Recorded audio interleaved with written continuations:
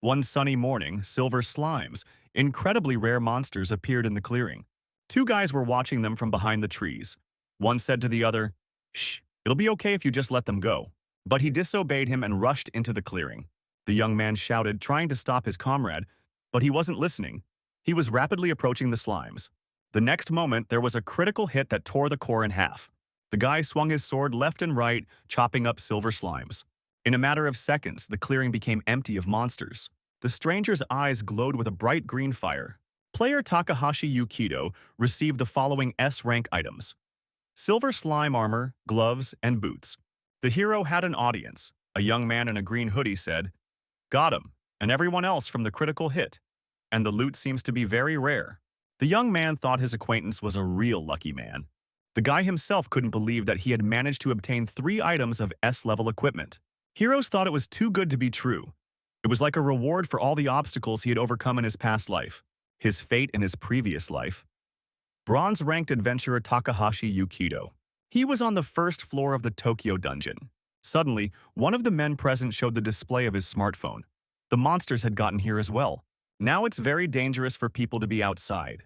One of the guys exclaimed that it was better to go deeper into the dungeon. But some of them thought that the monsters from above would catch up with them. The young man turned to the old man, advising him to flee as well, for now was not the time to hunt slimes.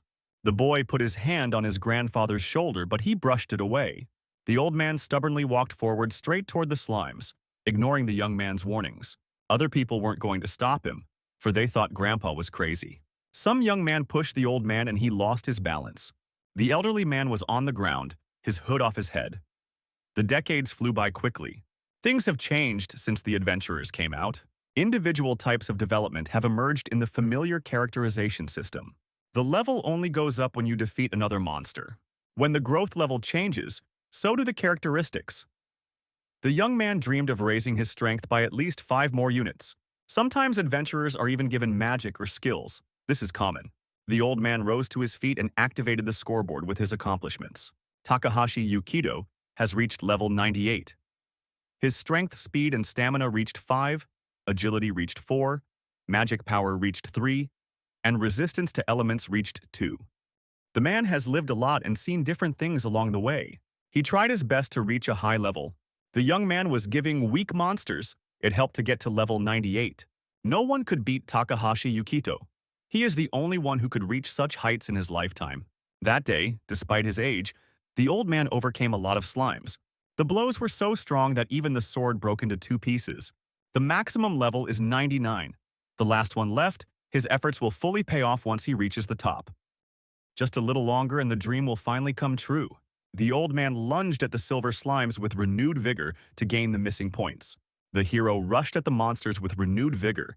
He had to reach his goal as quickly as possible. Surely the growth of characteristics was just delayed. The man quickly got to a huge slime. It was translucent with a large core in the middle. As the weapon broke, the old man tore the monster apart with his teeth. It was at this point that the hero finally received a message from the system. Takahashi Yukido, you have reached the maximum level. Congratulations. The man couldn't believe his own eyes. What he had been waiting for so long had finally happened. Finally, he was rewarded for his so much hard work. His strength had finally increased by 1 unit. Takahashi's achievement board has been updated. His level is now 99. His strength has reached a value of 6. I can't believe they're kidding me. The man helplessly fell to the ground. Had it all been in vain? Yukido was crushed, so he won't get anything. Hope had left the hero's heart. He had no strength even to get to his feet. Monsters from the darkness were rapidly approaching the clearing. Has he lived his life for nothing? Everyone looked down at him, laughing behind his back. Takahashi didn't even get to save his own loving mommy. The old man's whole life flashed before his eyes. It seems to be coming to an end. Tears flowed from the hero's eyes. He was sorry that the goal had not been reached. Takahashi Yukido no longer has the strength to resist. Another moment and his life in this reality will end. The old body will be crushed by the demon's giant paw. The level ended with the death of a participant. There was an error in Takahashi Yukido's characterization system. The system has applied a life restoration and rollback function. The player's heart started beating again. Reveal hidden parameters. Accrued bonus characteristics as compensation. Unique characteristic points plus 9,999. He opened his eyes, but his vision was still not focusing well. Suddenly, the young man heard that he was being greeted. The next moment, he saw a smiling girl who said that Mr. Takahashi, Yukito Takahashi, had become an adventurer. The green-eyed hero was stunned by what he heard. Was all this really happening to him? He looked around. The girl asked, "Is something wrong?" Takahashi pulled himself together and thanked him for the pendant. A little later, when the young man was alone with his thoughts, he wondered what the hell was going on here. The hero stared at the screen of his smartphone, sweat beading on his face. The boy thought, "If I'm not mistaken, this is the day I registered with the Adventurers Guild." Takahashi Yukito didn't understand what had happened. He was able to remember that right before he died, he had seen something about bonus characteristics. He opens the window. Everything is just as it was then. How could it be otherwise? Suddenly, the hero noticed something that interested him. The boy's eyes widened in surprise. What's that all about? There is a new column in the table. Luck. A characteristic of luck that wasn't there before appeared here. Surely this characteristic must have been a hidden parameter in his past life. I find that hard to believe. Takahashi Yukito. I don't understand how this could happen to him. A man with 70 years of failure behind him. The young man remembered how old he had been not so long ago. Everything is great now. Just the right opportunity to test a new characteristic in a slime hunt. Moments later, the hero found himself in a Tokyo dungeon, on the first floor called Imperishable Footprints. Yukito saw his target almost immediately. It was as if Slammy had been waiting for him among the grass on purpose. Suddenly, out of the corner of his eye, the hero noticed some movement. When he realized what it was, he couldn't believe his own eyes. It was a silver slime, a very rare monster. He had only met him once in his entire past life. The silver slime then immediately ran away as soon as it saw the hunter. These slimes grant an incredible amount of experience points, but they are renowned for their elusiveness. Takahashi Yukito thought, "Just one step and my sword will get him." He was rapidly approaching his goal when suddenly something flashed in the grass. An arrow stabbed into the ground right at Yukito's foot. The hero heard someone's apology. Takahashi thought to himself, "You stupid bastard." The rare silver slime should have run away from such a noise, but it stayed put. The next moment, the fearful monster prepared to attack the hero. It was something unbelievable. Slime snapped out of his seat and approached quickly. The young man prepared to repel the attack. The guy's sword literally ran into a silver slime. The tip of his weapon easily reached the monster's core. It couldn't take the impact and shattered into pieces. This win immediately raised his level in the game. The sword broke with a single blow. These silver monsters are very strong. Now Takahashi Yukito needs to acquire a new weapon. The young man noticed something shining on the grass nearby. He couldn't believe his own eyes. S-rank loot is a cool silver sword. The hero was pleased with such a great start. He had already obtained a large silver slime sword. Feature: increased attack power. 30% chance to miss the target due to silver slime's dodging tendency. Yukito was satisfied. He was going to have a good hunt. The young man looked around and froze in place in amazement. There were 4 silver slimes sitting in the neighboring clearing at the same time. This was truly incredible luck. The hero even wondered if he was dreaming. In the next moment, 4 monsters simultaneously flew straight at the guy. They were very belligerent. There's no other way out, we'll have to fight, given the peculiarities of his new weapon. Takahashi Yukito realized that it wouldn't be possible to destroy everyone at the same time. Punch after punch, he delivered several critical hits. The hero made it through in a matter of minutes. Luck really works. A critical hit and a magnificent armor appeared on the grass. Somehow it all worked out. The young man won them all at once. His hunt continued for about another hour. During this time, Takahashi Yukito met 10 silver slimes. From each defeated monster, the hero dropped a rare loot. There was nothing left but to recognize that luck is not an empty sound. The hero was pleased with such an acquisition of his. This is really something incredible. The adventurer collapsed on the grass, savoring his current accomplishments. Yukito lay on the ground and looked up at the sky. He thought, "Now that I have this kind of power, I can definitely become an outstanding person. Perhaps he can make his own family happy. The young man's sick mom deserves help. His handsome sister could also use a little farthing." The young man raised his hand to the sky, dreaming of how he could help all of his family. Suddenly, the hero sat up abruptly. He finally realized he once again had a home to return to. It's been 70 long years of loneliness. Now he has a chance to change all that. The young man rose to his feet. He really wants to go home now. His apartment is 203. and the name on the sign is Takahashi. The hero's hands trembled slightly, and he reached for the doorknob. He realized it was better to calm down now. Why he was getting so worked up in the first place. The guy exhaled sharply, trying to calm the frantic rhythm of his heart. Takahashi Yukito finally decided to open the door of his house. But before he could do so, the door opened on its own. The hero was looked at by his little sister. She wanted the same color. The girl was very happy about the appearance of her brother. The young man rushed to hug Nozomi, who was a bit confused by this display of affection. The girl laughed and asked why it was Yukito acting like that. Was it really such a hidden camera prank? Nozomi asked her brother to let her go, but he still held her tightly in his arms. The hero thought that this time he wouldn't let anyone hurt his family. Yukito won't let anyone else take his treasure. The hero told his sister everything that had happened to him. Belle was amazed. Could they really help save her mom with this? Yukito replied, "Sure, it just takes a little effort." The next day, the guy sprang into action. He traded the rare items he had received. With the money he received, the young man decided to get something. Takahashi attended the auction and bid 10 million for one lot. He managed to acquire the highest quality healing potion. The hero's next destination is a hospital. Yukito, along with Nozomi, approached the room where their mom was lying, and they opened the door after hearing permission to do so. As they entered the room, the relatives smiled at their mother. Mom was very happy about her children who came to visit her. She asked how they were doing. Yukito replied that they should be the ones asking about her business. Nozomi opened the box she had brought and showed her mom the delicious goodies. The woman said, "You shouldn't have spent so much on me. You should have eaten with that money yourself." The young man told his mother that she no longer had to worry about money, and the girl added that they had another gift. The patient's face became surprised, and she inquired which one it was. Yukito replied, "He knows it sounds weird, but mom needs to drink this." He held out a bottle of elixir to the woman. Nozomi explained, "Big brother made money in the dungeon and bought you this." The woman was surprised, for Yukito had just become an adventurer. How did he manage to earn so much money?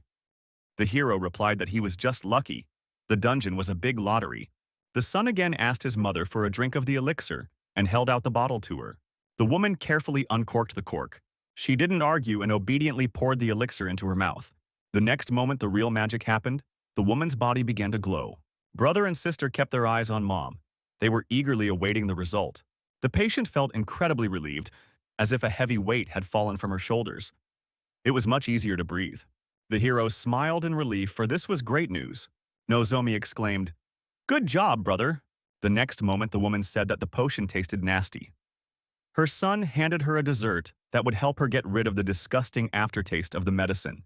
When my mom was next seen by the doctor, he said the symptoms had subsided and the disease had stopped progressing. She needed to go to a short rehab. Afterward, the woman was finally released home and recovered. They can live the three of them under one roof again. It's like a happy dream.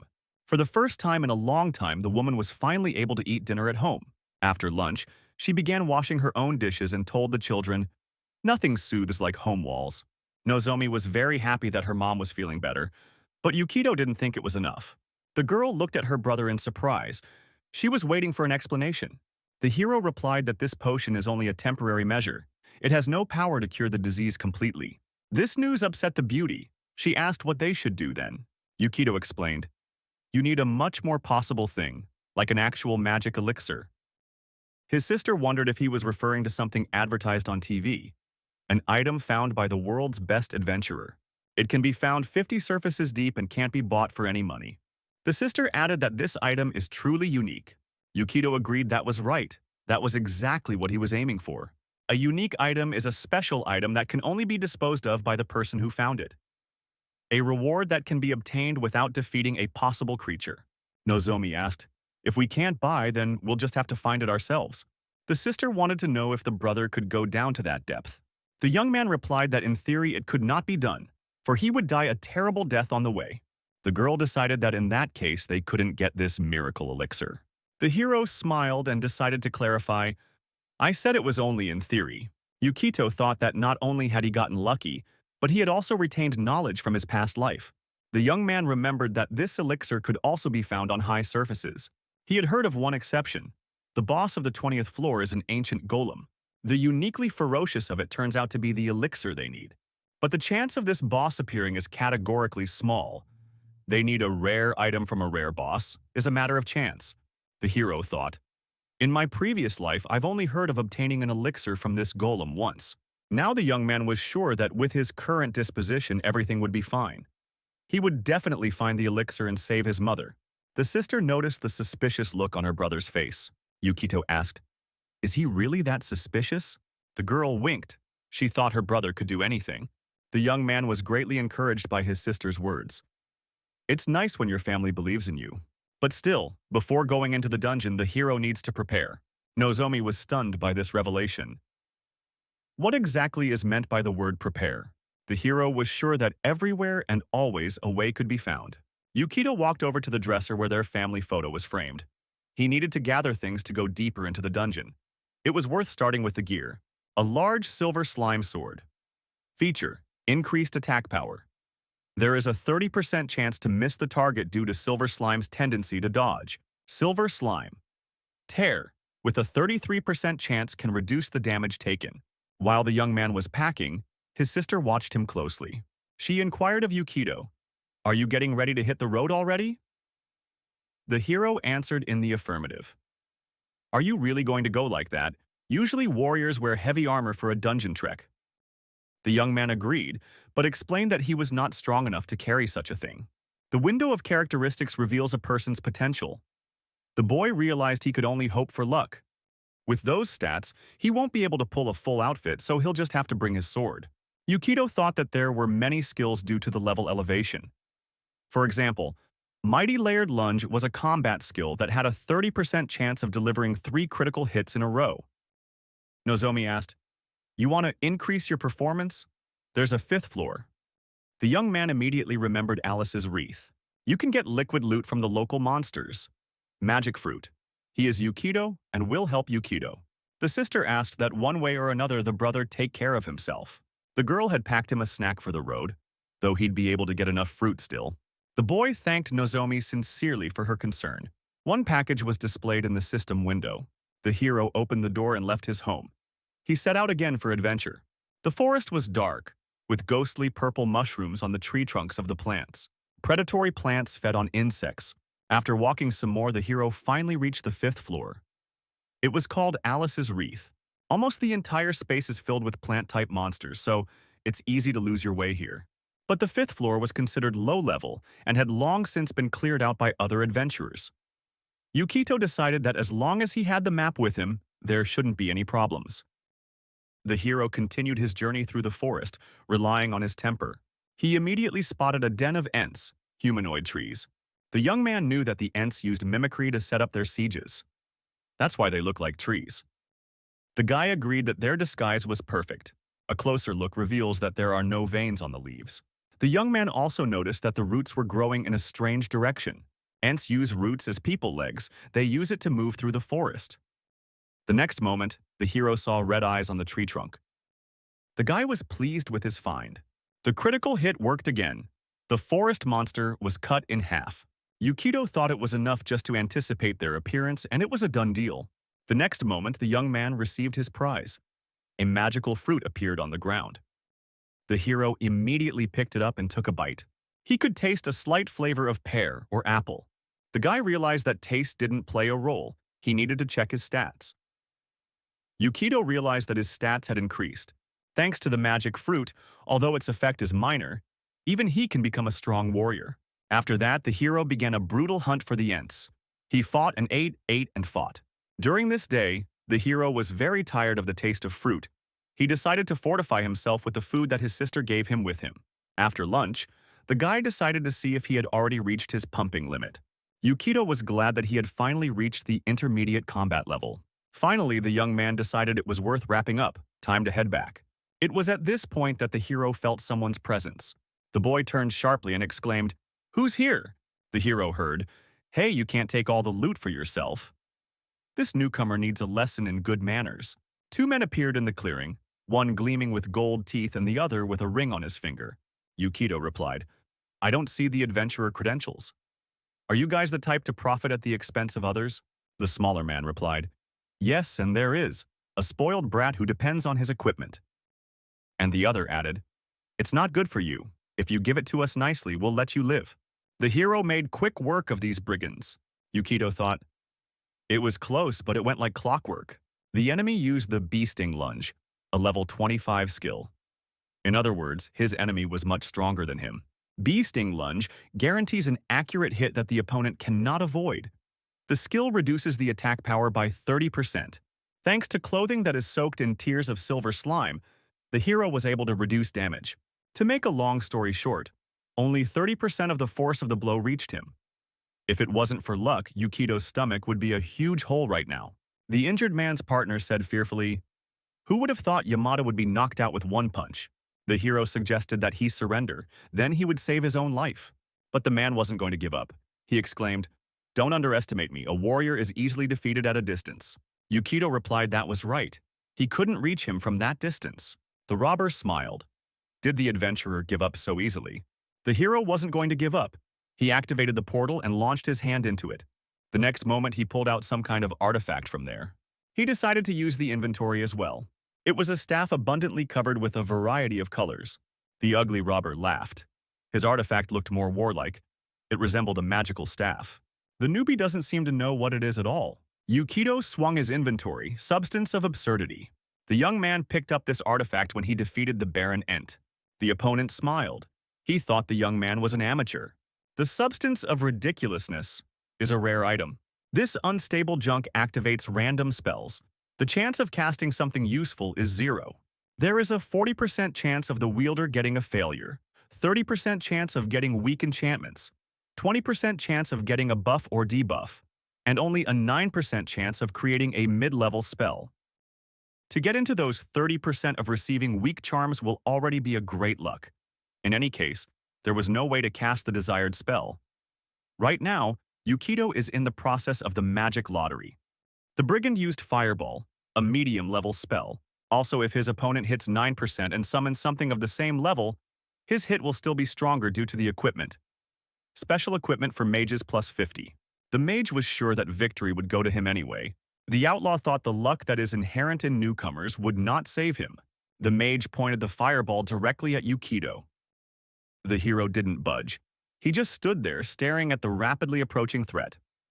The young man muttered to himself, "It's finally stirring." The guy closed one eye. He was done too. His magic staff can still do some things. The ridiculousness substance activated. It was something truly powerful. It seemed as if a volcano had erupted somewhere nearby. The young man's face was devoid of emotion. The hero pointed his staff directly at the enemy. The fire was destroying everything in its path. The sight was truly impressive. Just a moment more, and there would be nothing left of the forest. The mage couldn't believe that his fire circle had been taken over by an opponent. He grabbed his head. How did this kid reproduce a top-level meteor spell? The chance of such a result was 0.05%. The danger was fast approaching. The fire was even in the sky. The mage was very scared, but he tried to reassure himself, "Of course it's just illusion magic, isn't it?" Suddenly, he felt his hair begin to burn. Everything around him was just hot as hell. The mage begged the newcomer to stop. The robber was incredibly scared. He screamed in terror. The man was so frightened that he gagged his pants. The hero didn't rest until everything around him turned to charcoal. The mage turned into a small, helpless cub. Such incredibly powerful magic broke the artifact that Yukito had picked up from Ant. The young man brought the broken staff closer to his eyes to get a good look at it. In the next instant, the hero discarded the inventory as unnecessary junk. The hero realized that he was too lucky and was happy with this fact. The young man looked around, surveying the battlefield. He himself seemed to be stunned by his victory. Yukito thought, leaving these two here unattended is a bad idea. The hero made the decision to take the robbers outside. He decided they needed to be immobilized first. After tying up both bandits, the guy decided that would be enough. Yukito walked towards the stairs. Time to go back. He pulled both robbers behind him. The hero was on his way home. The whole thing resembled a computer game. When they returned from the dungeon, the young man handed both villains over to the police. The interrogations ended when the sun was already over the horizon. Only now did Yukito realize how tired he was. He wouldn't be able to head home yet. He had somewhere to stop. The hero came to the office. At the reception, he apologized that he had not been in touch for a long time because there were some small difficulties. The girl asked, "Are you Mr. Takahashi Yukito?" She smiled, for the police had had time to report the young man's adventures. The girl congratulated the hero on his victory. As a reward, the hero's rank is upgraded to silver. The young man was stunned. There must have been some mistake. After all, he had done nothing. Reaching the silver rank is not an easy task. Even talented people usually take at least 3 years to achieve it. The adventurer must obtain sought-after items, defeat many monsters. In other words, make a valuable contribution to the guild. But the girl behind the counter replied that there was no mistake. Takahashi Yukito caught 2 guys from the Crimson Hands gang. The Crimson Hands are a large criminal gang. The hero thought, "So I've gotten so many points from those scum that I deserve to be promoted to silver rank." The girl said that the young man had worked hard. She added, "These 2 people have strength comparable to that of silver-ranked adventurers." The hero couldn't believe that these 2 were stronger than he thought. He could have been up to his neck in mud if it hadn't been for luck. Yukito took the silver pendant in his hands and said he was just lucky. The girl stagnantly replied, "There you go again. Modesty befits a silver-ranked adventurer. We look forward to your achievements on the lower floors of the dungeon." The available floors are determined by the adventurer's rank. Bronze ranks can go down to the 10th floor. Silver ranks can go down to the 30th floor. Gold adventurers have no restrictions. The guy put a silver chain with a pendant around his neck. He wanted to get to at least the 20th floor. The guild worker replied, "I have faith in you, but you should know that this place is quite difficult to curb." She added that the company does not recommend going there on your own. Such an adventure could be very dangerous. The hero thanked the girl for her concern. He turned and walked toward the exit, and the beautiful woman escorted him with a glance. Yukito thought with a smile, "I grew up much faster than I could have expected." By the way, essentially meeting the brigands was also due to luck. Suddenly the young man heard someone addressing him. It was an elderly man in a tea suit and a cylinder. He asked, "Could you give me a minute of your time?" The hero stopped. He was ready to listen to his grandfather. "You're the adventurer who defeated those criminals, aren't you?" the stranger inquired. "Yamada Jinbei, thief and murderer, 20 years old, 180 centimeters. Apprehension reward 1 million yen. Hashimoto Hiroshi, thief and murderer, 30 years old, 150 centimeters. Apprehension reward 1 million yen. The hero replied that the 2 men had attacked him. Grandpa's face couldn't be seen because of the cylinder field. The next moment, the older man grabbed Yukito's hand and thanked him. The young man looked dumbfounded. He was trying to figure out what was going on here. Grandpa ripped the portraits of those 2 scumbags off the board and exclaimed that they had killed his son. "The police couldn't get one step closer to him and you managed to catch them." The man barely held back tears. Yukito said, "No need. I was only doing my duty as an adventurer." The old man bowed. He was very grateful to the young man. Such an act of an elderly man touched the hero. The stranger rejoiced that he could now bring good news to his own son's grave. The guy looked at him and thought, "I don't think I've ever been this grateful in my past life." The young man looked at his own hands. Hearing such words was really nice. By the way, regarding the past life, if nothing is changed, the world will be destroyed. If things go on as they did then, it will happen when he's already old. The young man thought deeply, "Is it possible to do nothing knowing what awaits us?" But the next moment he pulled himself away. "No, don't jump above your head, you slime clown. You're too weak to fight for world peace." The boy grabbed his head, trying to calm his own emotions. First, he needs to save his own mom, and then think about the fate of the world. That's the only thing he should be thinking about right now. Meanwhile, in one dungeon that was only lit thanks to torches, someone was shouting loudly. There was a kerosene lamp on a large stone, and it illuminated daggers of various shapes that lay nearby. The man present in the room was very enraged. He was beating his fists on the makeshift table. He couldn't believe that someone was able to defeat Yamada and Hashimoto. If it becomes the same with other gang members, he won't be able to pay the tax to Gramila. The man grasped one of the daggers. There was a newspaper on the table, where Takahashi Yukito's face looked up at him from a photograph. The bandit plunged the dagger right into the young man's face and promised, "I'll finish you the hell off." Then he was able to calm his anger and thought he had to be very careful. This young man is not simple if he alone could overcome Yamada and Hashimoto.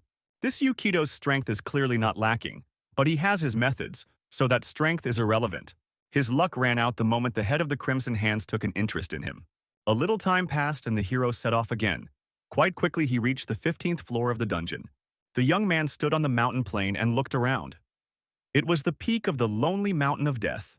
There are many narrow passages. This terrain is very treacherous. Due to geography, this peak is difficult to clear as a group. The hero observed others trying to do so. The young man concluded that it's easy to go unnoticed on the 15th floor. That's why this place is crawling with criminals. The hero's sword slammed into the rock with incredible force. This act of Yukido's caught the attention of others. The guy thought it was the perfect arena for lone hunters like him. Here, he can continue to level up and finish learning all the necessary skills to pass the 20th floor. The hero snatched up his sword, intending to defeat the huge bird. At first, the young man only wanted to rise by silver slimes, but he probably outbid them so much that they stopped sliming. Now Yukido chose a different strategy. He decided to slaughter as many monsters as possible. It's time. We need to get some good work done today. One by one, Takahashi met various monsters along the way and successfully overcame them. He defeated a giant bird, a ravenous armadillo, strange one-eyed creatures, and a giant bear. He received magic items, a bow, sword, and gloves. The hero was unaware that he was being watched all this time. The leader of the Scarlet Hands analyzed his enemy. A loner, a large silver slime sword, no armor. There can be no doubt. This Takahashi Yukito is truly a great warrior. The man couldn't believe his own eyes. This rascal had decided to encroach on his territory. But after cooling down a bit, he decided there was no need to attack right now. Bandit decided to wait until the time was right. All that day, the gang leader hid behind the rocks, watching his victim. Takahashi seems to have decided to take a break. A good idea came into him about how to linger on this floor. The man suddenly realized that he didn't have to interfere at all. The bandit got to his feet and ran away, he realized. This was his territory. Here, on the 15th floor of the dungeon, the boss is him. In nature, monsters and animals are divided into ecosystems. The gang leader decided to capitalize on this knowledge. If you reduce the number of predators, you can achieve your own goals. The bandit went to put his plan into action. The bandit decided to increase the amount of loot. He did a good job of bringing his idea to life. Thanks to his intervention, the monsters will begin to multiply at a furious rate.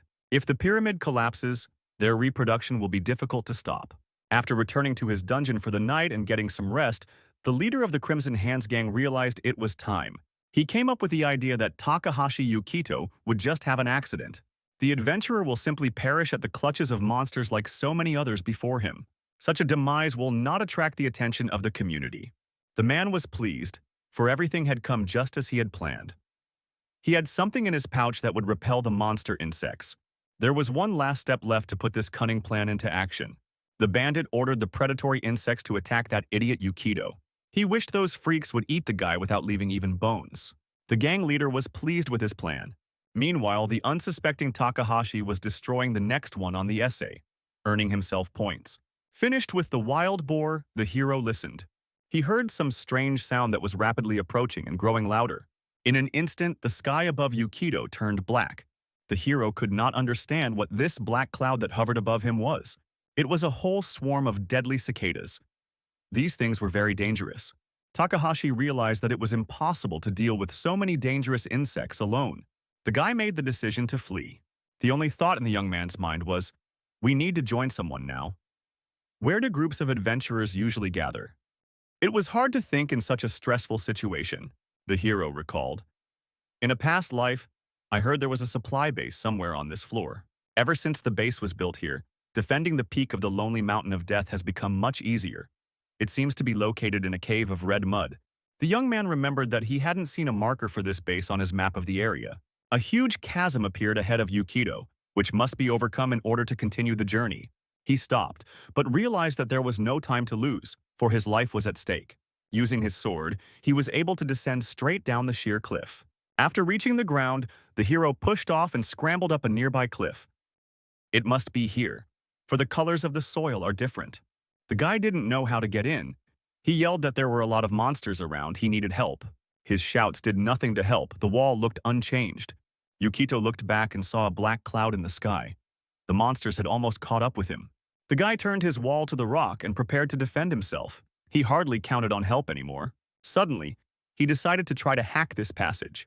What the hero saw in the next moment was simply stunned. In the tunnel lay many people, women and men in underwear with their hands and feet bound and their mouths taped shut. Yukido Takahashi couldn't believe his own eyes. What the hell had happened here? The prisoners looked at the guy. You could see in their eyes they were hoping for help. The young man asked, I hope I didn't just now accidentally discover the existence of some kind of pervert association? None of these men could answer, for they had gags in their mouths. The hero agreed that it didn't look like it. The young man swiftly, like lightning, swept through the crowd of these unfortunates. He smiled, holding his sword in his hand. It was indeed skillful. Seconds counted, almost imperceptible to the human eye, he prisoners of the human putas. The people were grateful for the rescue, for they had already said goodbye to life. It was his turn to ask questions. Yukito wanted to know what happened here. It was explained to him that they were attacked, and then all present suddenly lost consciousness. The fact that they were not killed could only mean one thing. The adventurers were for sale. The young man thought confusedly, "Have I really found a criminal crawler logo? This point should be a supply point for adventurers." Suddenly the hero realized, perhaps this place would become a supply point later. Local law enforcement found the place one day. They were the ones who made this place out of a base for adventurers. Yukito Takahashi realized that he had come here too soon. In the past, he was interested in nothing but his own life. He'd spent the last 10 years of his life getting high off of slime hunting. The sense of time diminishes with age. The next moment the hero himself stopped the flow of his own thoughts. Now was not the time for such reflections. It's urgent to figure out how to escape the ravenous insects. The prisoners he found are unarmed. This unexpected encounter really surprised and confused him. Now is the time to pull yourself together and take immediate action to save yourself. The hero addressed the audience. I understand your situation, but they need to pull themselves together and listen to him.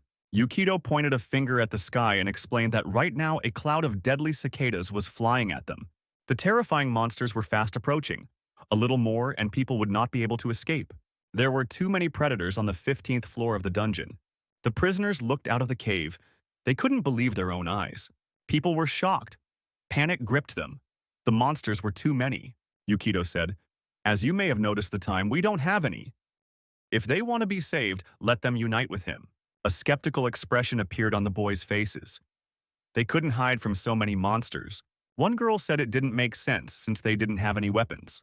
The young man said the crawlers had all their stuff. The hero smiled and explained that he could give them weapons. He activated the system and began pulling prizes from the table for destroying monsters. Yukito managed to get a fair amount of money. Swords, bows, shields, and various armor appeared in the cave. The former prisoners were stunned by so many different weapons. Takahashi added that he might even transfer ownership to them. People looked dumbfounded, for these weapons were expensive. One of the girls added that it was all very rare. The prisoners wanted to know where he got it all from. The heroine still hadn't introduced herself. People had more questions than answers. None of them had ever seen this guy before. He was a real mystery. The young men rushed to pick out weapons and clothing. They began to fight with each other over these riches. Some felt that defense was more important than weapons. One of the guys said, "If you sold it all, you'd make a real fortune." The girl wondered if they could really take it. Yukito nodded. The hero added that he doesn't ask them for anything in return. The only thing he asked was to be allowed to boss him around a bit. The former prisoners did not argue, after all. He was saving their lives. The men were happy with their new armor and weapons, so they didn't mind fighting under Yukito. The red-haired beauty picked out her bow. She said with a smile, "Hear and obey." All present one by one gave their consent to the hero's command. One stocky young man even agreed to act as a decoy. Takahashi asked them to shut up and listen. Scenes from his past life appeared in the young man's mind. It was that moment when there was not much time left before his death. The young man was truly grateful to be given the opportunity to lead that operation. Some of the guys looked at each other with smiles. They waited to see what their new acquaintance would say. Yukito didn't share their mirth. He was serious. The hero stood at the entrance to the cave. He spread his arms out in different directions. The young man thought they should take advantage of the narrow entrance of this cave. That way they don't have to be with all the monsters at once. Takahashi asked everyone present to try to kill as many insects as possible. He alternately shifted his gaze from face to face. Some looked scared and some looked determined. Yukito believed that together they would be able to defeat this cloud of monsters. The new captain of the small detachment raised his sword upward and commanded his subordinates, "To battle!" When the monsters finally reached the cave, Yukito destroyed them one by one. The hero chose the right strategy. He managed to overcome the monsters in the narrow passage of the cave. The young man swung his sword left and right. The other participants in this battle also doled out monsters. A red-haired beauty was aiming at them with a bow, while a young man of small stature was a skilled mage. Their team successfully resisted the attack of predatory insects. There were so many monsters that the entrance to the cave was completely hidden from view. The monsters were too many, but people continued to fight for their own lives. Many insects had already been destroyed, but more were coming. The former prisoners began to lose hope. There was no end in sight to these creatures. Yukito Takahashi saw that it wasn't working so far. The hero himself didn't realize if he could change the course of this battle. Suddenly, those present all felt the rock shudder and rocks from the ceiling began to fall on them. The captain told his squad to retreat without breaking formation. People began to run deep into the tunnel. There were more and more monsters, and there was no end in sight. At this rate, these insects would destroy the rock. The people began to panic. They thought they were about to die. Yukito quickly looked around, trying to analyze the situation. The hero thought, the adit is unfinished, so it's not reliable at all. Suddenly, the young man noticed an explosive on the floor near one of the tunnels. The guy realized it was a chance for salvation. That's an explosive worth using. The crawlers must have used it to expand the tunnel. Takahashi walked over and picked up the explosives. The young man shouted, addressing the others. Listen up, everyone. There's a disembowel in the cave. Look for it. One of the guys replied, explosives? Sure, it can be used as a weapon, but the girls also rushed out to look for dynamite, all seeing it as a chance for salvation. For several hours, they fought desperately against the deadly cicadas. It was very difficult, but it was worth fighting for our own lives. During this time, only a third of the cave remained. The people realized they had nowhere else to retreat. One of the girls has lost almost all her mana. The walls are about to collapse. The hero tried to control the situation, but he also saw signs of destruction. He closed his eyes and finally recognized that there was no other option. Yukito shouted, attention! People looked back at him. The hero asked me to give him all the explosives I found. No one present argued, but they doubted that this explosive would be enough to destroy all the cicadas. It's like trying to grind water in a stupor. The young man caught the dynamite. He was sure he would be fine. He decided to blow up the cave. The rocks would overwhelm these insects. These monsters have low intelligence. They primarily target things that pose a greater threat. Simply put, the monsters will attack the one who destroyed them the most, and that's Yukito. One of the girls screamed that there was a hole in the ceiling. Everything was about to collapse. The squad captain ordered his subordinates to flee. One of the guys shouted to the hero, are you just going to stand there? Do you really think you're just going to die with them? They wanted to know if the savior knew exactly what he was doing. Yukito smiled. He wanted to be trusted. Now he was left alone with a whole cloud of killer insects.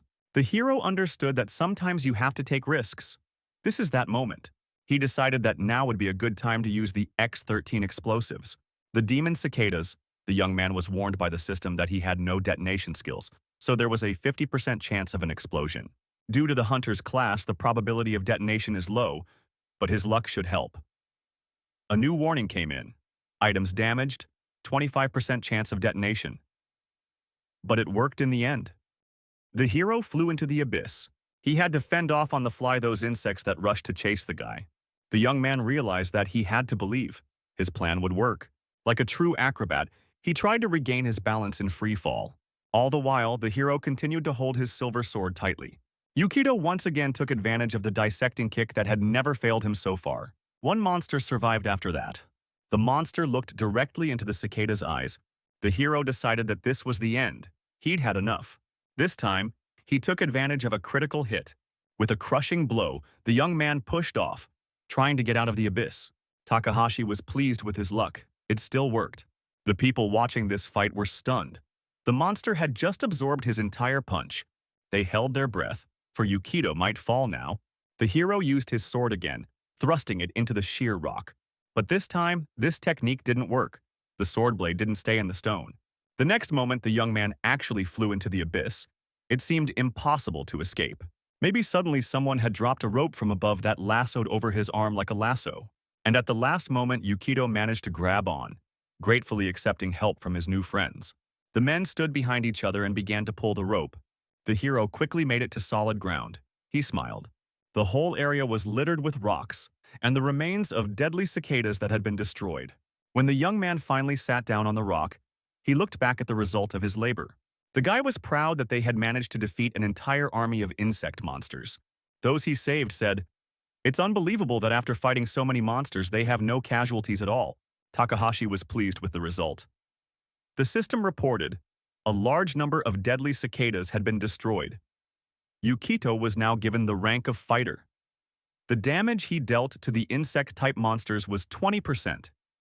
He has reached level 3. The skill Warrior Intuition has been obtained. The bandit was so enraged at the failure of his scheme that he kicked the table. The man clutched his hand to his head, for that scumbag had destroyed their base. He realized that he would have to answer for it. You could even lose your own life. The bandit grabbed the bottle and shouted, "This trouble happened because of this idiot." Uncorking the wine, he took a greedy sip straight from the bottle. After drinking almost all of it, the man threw the bottle at the wall and it shattered into splinters. The gang leader promised himself that he would finish off Takahashi Yukito personally. He was so enraged that he was preparing to take revenge, even if it cost him his life. Meanwhile, the hero, having finished with his business on the lower level, came to the company's office. The young man noticed that everyone present, upon seeing him, began to look for something. Yukito noted to himself that he had been recognized more often since then. The woman behind the counter said, "You've demonstrated yourself magnificently again." The hero was now called a mountain crusher, who saved many people. All the guilds were asking Takahashi to join them. But today the hero was not in the mood for a dialogue. He apologized and explained that he was in a big hurry. In fact, the young man ignored all offers because he is not allowed to join the team yet. Guy thought about an elixir for his mom, since it would take more time and effort to create.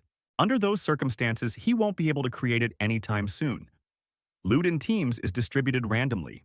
It is because of the likelihood of getting a rare item is greatly reduced. Thanks to some clever calculations, the hero concluded that the more people in the guild, the lower the winning percentage. But Takahashi decided not to get upset. After all, he had always defended the dungeon solo in his previous life. Why change anything now? Leaving the office, having finished all his business for the day, the hero headed home. There his mom and sister were waiting for him with a delicious dinner. Yukito was pleased, for he had managed to get quite hungry during his adventures. Before tackling dinner, everyone prayed, thanking God for the food. Now Takahashi could enjoy a delicious treat with his family. The taste of the food seemed very familiar to the hero. Perhaps he had tasted something similar in his past life. Despite the fact that their family had never been wealthy, they always celebrated holidays. Nozomi congratulated her brother for already reaching level 20. The mother was very worried about her son. She asked, "Are you sure you can do it?" They say that after the 20th level, the difficulty of the tasks increases exponentially. My sister would say that she was also worried because only 15% of the hunters were able to pass level 20.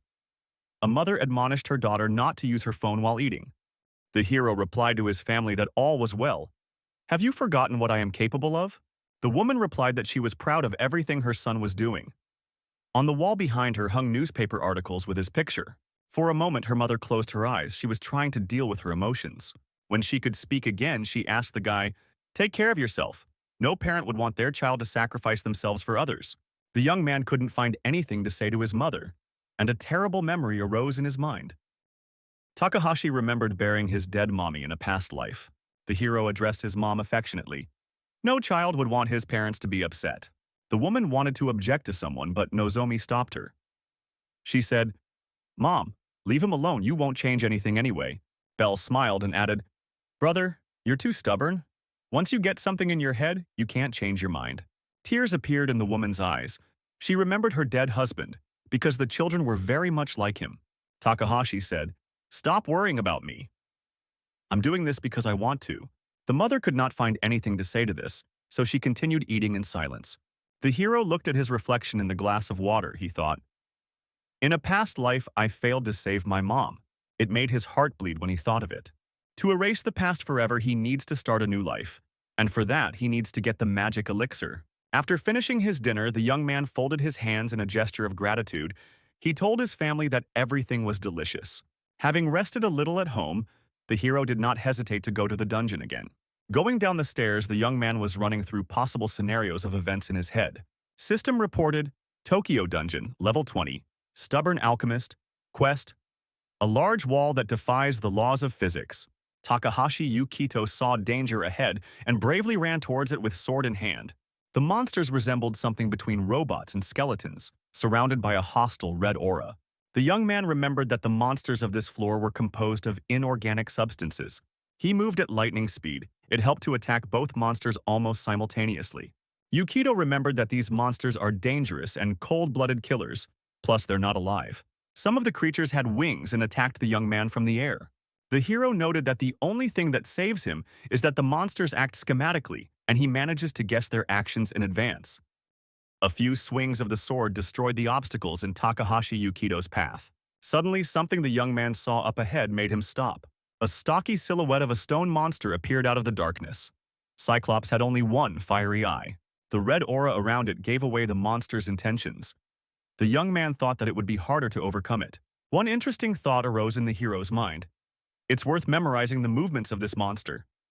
Analyzing the monster's actions will help to overcome it. The creature clenched its huge fist, ready to attack the man at any moment. Yukito barely had time to bounce away when the monster's fist hit the ground. The hero had to jump around a lot to keep his life. The physical forces were unequal. It was necessary to act with the help of cunning. The young man decided to use his jumps, looking for the monster's weak spot at this time. Finding the core, he was easily able to overcome the strong but unintelligent creature. After accomplishing this difficult task, Yukito landed on the ground unharmed. The monster fell to the ground behind him. This victory allowed the hero to move closer to his goal. He approached the tall door. Pushing open the door, the young man thought, "The time has finally come. From this day on, I will have a new life." A magical golden glow poured from the gap formed after the door opened. The next moment, Takahashi found himself in a large spherical-shaped hall. The floor of this room was covered with some obscure symbols. The door closed behind the hero's back. There is no turning back now. In the center of the depicted symbols was a giant stone monster, some parts of its body covered with green moss. The creature's shoulders bore the same symbols as the floor. The hero immediately realized that it was an ancient golem guarding the main treasure of this floor. This monster is a level 20 boss. Only by overcoming it will Yukito finally achieve what he wants. The golem's appearance was frightening. Its strength was incredible and its attacks were powerful. But it was for the sake of fighting this monster that Takahashi reached the 20th floor so quickly. Now it's time to act. Attacking the ancient boss, the hero noted that he had a mediocre movement speed for such a monster. The guy jumped up high and struck the golem's head with his sword. Takahashi had a plan. He needs to chip off at least a piece of the monster's armor. This way he can get to the monster's weak point, which is the core, and defeat the ancient relic guardian. Meanwhile, this battle was being watched by a spectator who wished to remain unnoticed. The gang leader's plan had failed last time. Watching the fight from the doorway, he hoped that today the boy would be unlucky. The magic symbols began to glow more brightly, red light flooding the hall. The next moment, something incredible happened. Another monster began to rise from the center of the pentagram. Yukito's eyes went to his forehead. He never thought that the ancient golem would not be alone. The huge creature got to its feet, taking up all the space around it. Its core was blue-purple in color. The hero looked over his shoulder at the door. A single hunch visited him. The appearance of the second boss means only one thing. There's someone else here besides Takahashi. It was very strange, for the young man felt no foreign presence.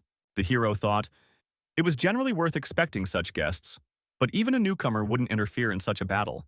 Yukito looked around, hoping to see an intruder. The stranger's attack was sneaky, his dagger flying straight into Takahashi's back. Only thanks to his own keen reactions and fantastic luck, the hero managed to notice the danger. One swing of the hero's sword and the dagger no longer threatens him. A battered weapon like a boomerang flies back. Yukito immediately realized that this was all a setup by someone. The bandit leader gritted his teeth. Once again, he had failed to harm that elusive Takahashi. The bandit thought, an ordinary guy can't be such a dabbler of fortune. Besides, this kid has incredible reactions. But the next moment, another dagger gleamed in his hand. The man calmed his own emotions and decided that he had the better advantage anyway. The bandit thought the young man was just an idiot who didn't understand anything. Before the man descended to the 20th floor, he found out that it takes a group of at least 4 people to overcome the ancient golem. He snuck behind the hero to automatically summon a second golem. But unlike Yukito, the bandit doesn't have to worry about fighting these things. They just won't notice him. After all, he has a thief level higher than Takahashi's. The bandit thought, with my disguise skills, I'm perfectly safe. It's worth using a skill called catwalk. The ringleader slipped into the hall unnoticed by the hero, determined to tease the second golem. Thanks to the shadow twin skill, he was almost invisible in space and moved so fast that it could seem as if the person was in 2 places at once. Thus, the bandit decided to take revenge on the hero because to overcome two ancient golems alone, an unrealistic task. Just in case, the leader even brought along an invisibility cloak, a rare S-rank item that perfectly hides its wearer's presence from enemies. Now the ringleader was sure that no one present could detect him. 3-on-1 is foul play, but that's what a thief always does to his enemies. Besides, that wasn't the bandit's entire preparation for revenge. He had treated his daggers with poison. It will also attack the hero, greatly reducing his chances of escape. The dagger flew straight into the back of the hero, who didn't expect danger from this side. The bandit thought, it's worth attacking without fanaticism, just to stump the victim. The weapon flew past the hero's face, narrowly missing him. The attempt to harm Takahashi with poison had failed. The leader was dumbfounded. How could a young man hide an antidote under such weak armor? But it didn't take long for the man to get nervous because he only needed it to keep the hero in suspense. He was now attacking the hero simultaneously with dozens of four-bladed knives. The bandit admitted to himself, "How I love traps of all kinds." The man was confident that he could succeed by working alone. With a sad experience under his belt, he didn't want to rely on a bunch of knuckleheads anymore. The ringleader decided to trust traps that had never failed him before, such as live barbed wire. Thanks to the efforts of the dastardly bastard, the hero was now restricted in his movements. The results of his own labor pleased the bandit greatly, he thought. It's only a matter of time before Yukido gets swatted by the golems. The poor young man had no idea what intrigues were going on around him. The hero continued to confront the two bosses of the 20th floor, trying to break through their armor and get to the nukes, the only weak point in these stone piles. Meanwhile, the bandit decided he had done enough and could now just enjoy the spectacle. But it didn't take him long to rejoice. Suddenly, the leader saw Yukido flying straight at him, thrusting his sword forward. Sweat broke out on the thief's face, pooled on the bridge of his nose. He couldn't believe it was possible. Takahashi smiled and asked, "Have you run out of magic stuff?" The bandit thought dazedly, "How could he see me?" The young man suggested that he should go down. There was no point in sitting there.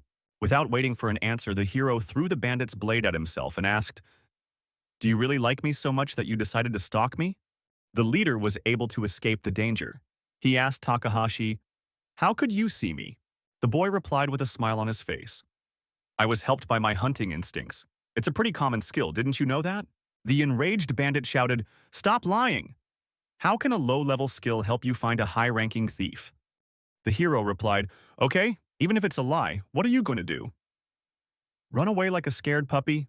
The thief could not tolerate such arrogance from a low-level scoundrel, his face turning red with anger. A vein began to pulse on the bandit's forehead, and he grabbed his swords, ready to lunge at Yukido. The man snapped out of his seat. He shouted that he was better than Takahashi. The hero did not move from his seat. He bravely waited for the enemy to approach. When the two men's weapons finally met, the impact of the metal on metal sent sparks flying in different directions. Yukido stayed where he was, but his opponent was struck as if by an electric shock and thrown to the ground. The hero smiled. He said, "I think that phrase is best left to the winner." What do you think? Takahashi was able to flick his opponent away from him with one swipe of his sword. The bandit was still only interested in one thing. He exclaimed angrily, "When did you know I was here? How did you find me? Was it just a warrior's intuition? You damned lying bastard!" The hero thought he didn't have to explain anything, especially since he wasn't lying. He had activated the warrior intuition skill a long time ago. It helps a lot in battles. This skill recognizes danger in the user's surroundings, but the odds of it activating now are pretty slim. Failure at 99%, success at 0.9%, great success at 0.1%. The hero looked at the system's messages and hoped his luck wouldn't fail him this time. Takahashi smiled. He was sure he would also be lucky this time. The next moment he saw another message. The system congratulated him on his great success. He could see all the dangers in the field. A kind of radar appeared in Yukido's head, informing him of the danger. The bandit was rapidly approaching again. He told the hero that he was too fast for his level. Takahashi thanked his enemy for the compliment and prepared to repel the attack. The battle continued, the bandit still believing in his own victory. He said to the young man, "You are still just a low-ranked warrior after all." The thief thought he was superior to the lad in agility, and there was no surprise in that. Striking again with his sword, he continued to chatter about his talents, adding to them the accuracy of his strikes. Unfortunately, his threats were not idle chatter. The gang leader managed to wound Takahashi. A cut appeared on the hero's arm. Bandit said, "I would like to point out the fact that you have prepared for unusual conditions as well." After saying that, he relaxed and missed the moment his opponent was behind his back. Yukito Takahashi swung his sword. It seemed like just a moment more and he would finally end his pursuer.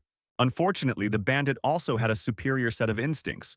At the last moment, he sensed danger. Doing a somersault in the air and miraculously avoiding danger, he exclaimed, "Your situation is still as grave as before." The hero didn't reply anything to this retort.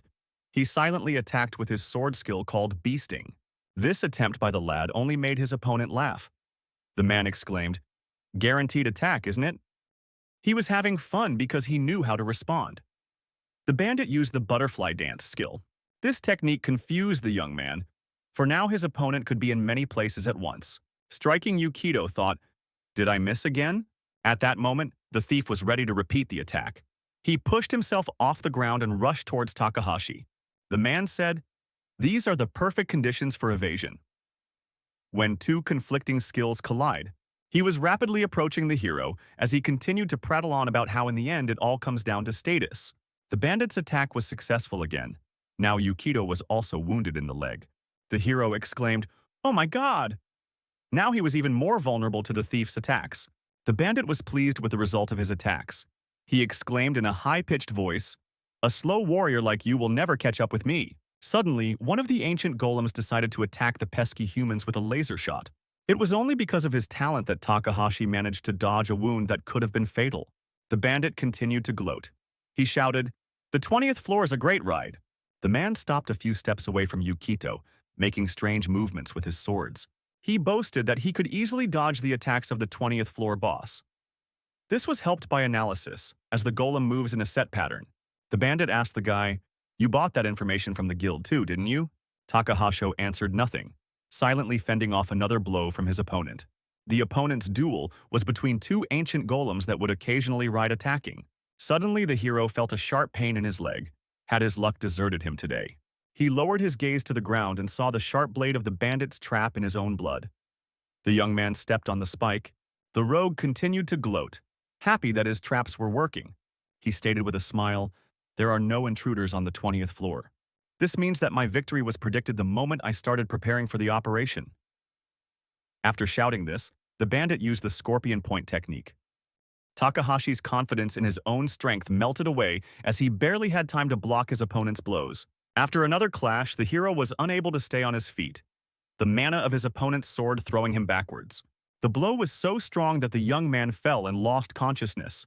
The sword fell out of the hero's hands and fell to the floor of the room. The young man quickly came to his senses and realized he was unarmed in the face of danger. The bandit shouted, "This is the end!" He was sure that victory was within his grasp. The scum's two swords were rapidly approaching the hero. Takahashi looked really scared. But the next moment, the expression on the hero's face changed dramatically. He showed his opponent his tongue and said he was joking.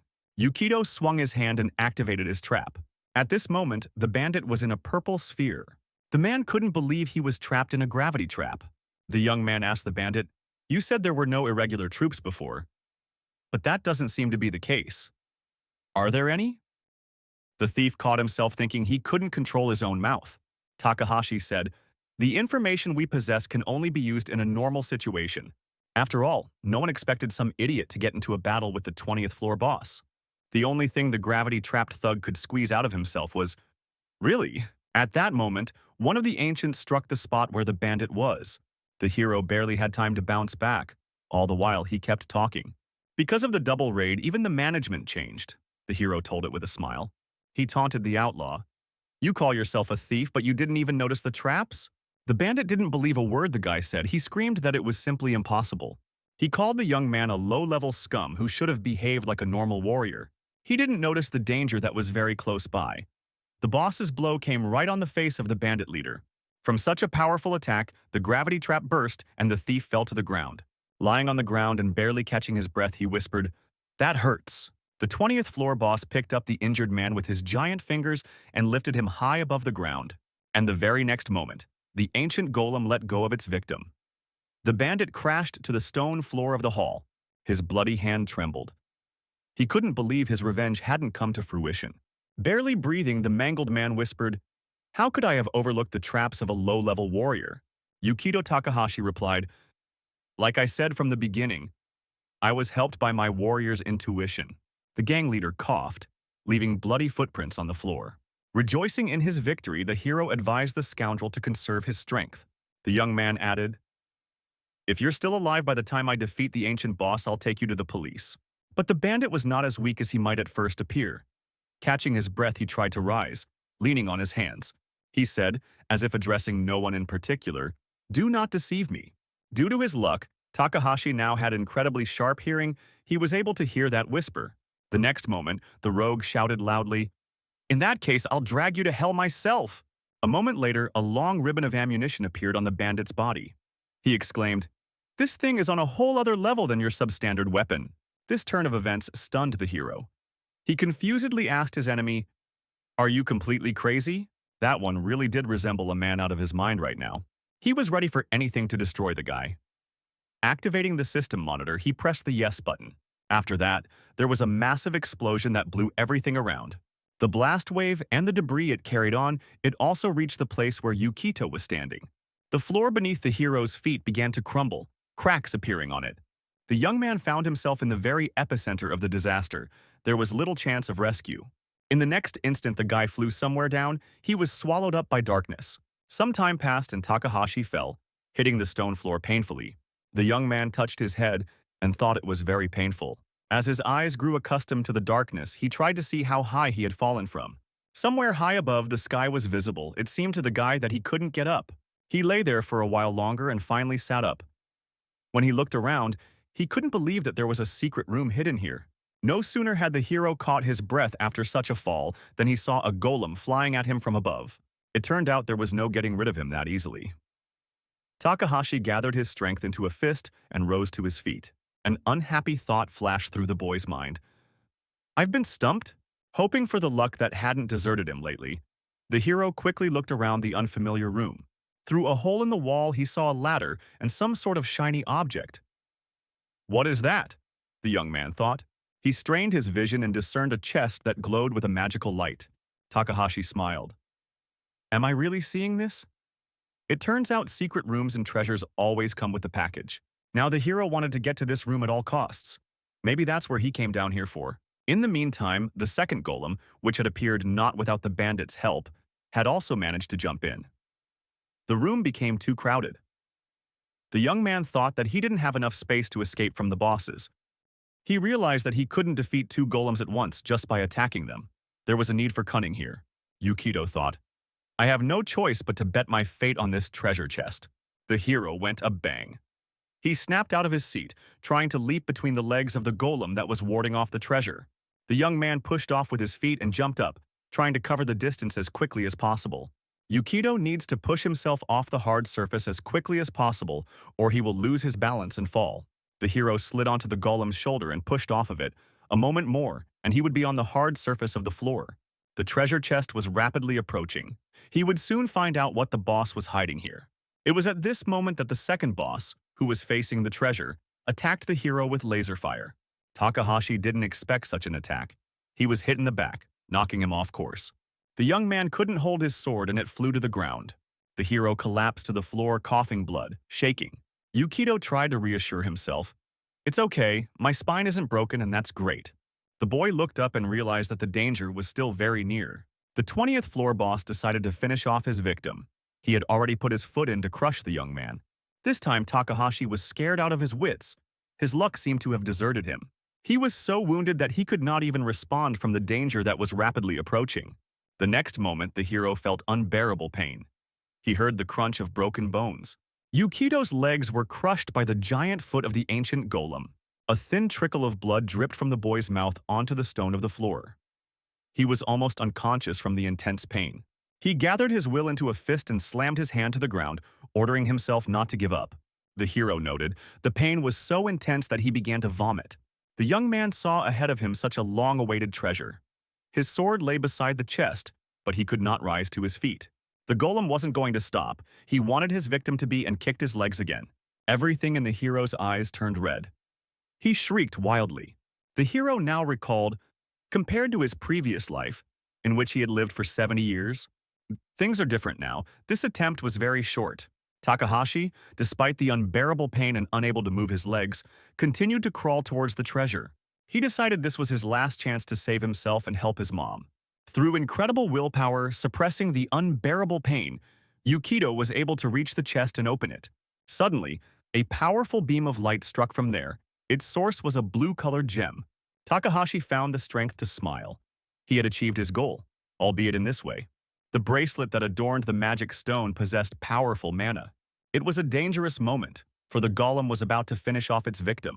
We had to hurry, because there were only seconds left to save ourselves. The hero reached out and grabbed the bracelet. He intuitively knew what he had to do. Putting the artifact on his hand, Yukito muttered, "I have it, which means I've won." Fate is still on my side. Yukito has commandeered a bracelet that can help him come out of this situation victorious. The bracelet of changeability is a rare item that can move the wearer to any location. After studying the description, Yukito came to the conclusion that this was exactly what he needed right now. The golem came quite close now and started to just fall on the guy. At this point, the guy tries to activate the bracelet, but the chance of success is extremely small because the artifact is not suitable for his class. With every fraction of a second, the chance of a successful activation increases. The moment the Uji golem almost fell on the guy, the bracelet activated. A block of stone falls with a tremendous clatter onto the spot where Yukito was. Everything froze, no one and nothing made a sound. Suddenly, the bracelet made a distinctive sound. Takahashi Yukito appeared behind the standing golem's back. The guy stabs straight into the stone monster's magical heart. He's bound to win no matter what. The boss activates his laser beam in a fit of rage. The stone golem most likely doesn't realize who is attacking it, and so directs its beam at the second golem lying in front of it. The red beam pierces through its target. It's a very difficult situation. Even though the second golem has been pummeled, it's still alive. But that's no reason to despair, and Yukito is ready to move on. Guy disappears from one place and shows up in another.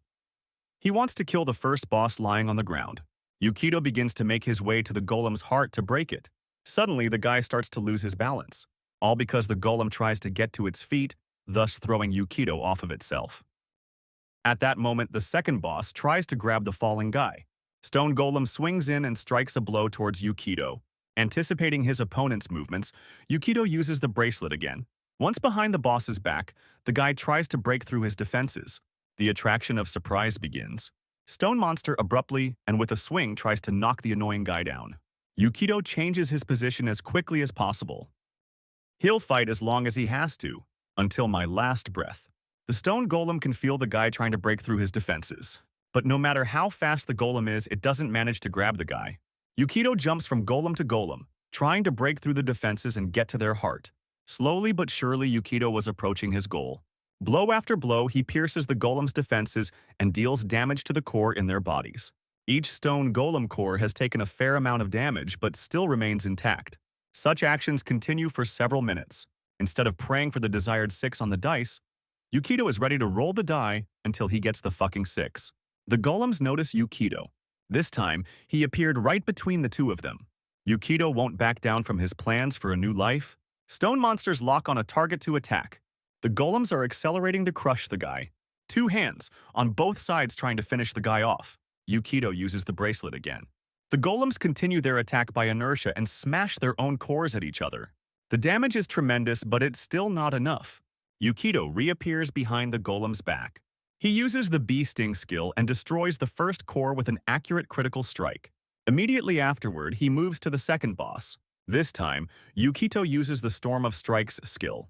The hit reaches its target and the second golem also gets hit. Yukito was able to defeat 2 bosses in one go. The golems scatter, and the exhausted guy falls from the heights. Yukito tries to use the bracelet for a softer landing, but unfortunately the item doesn't work.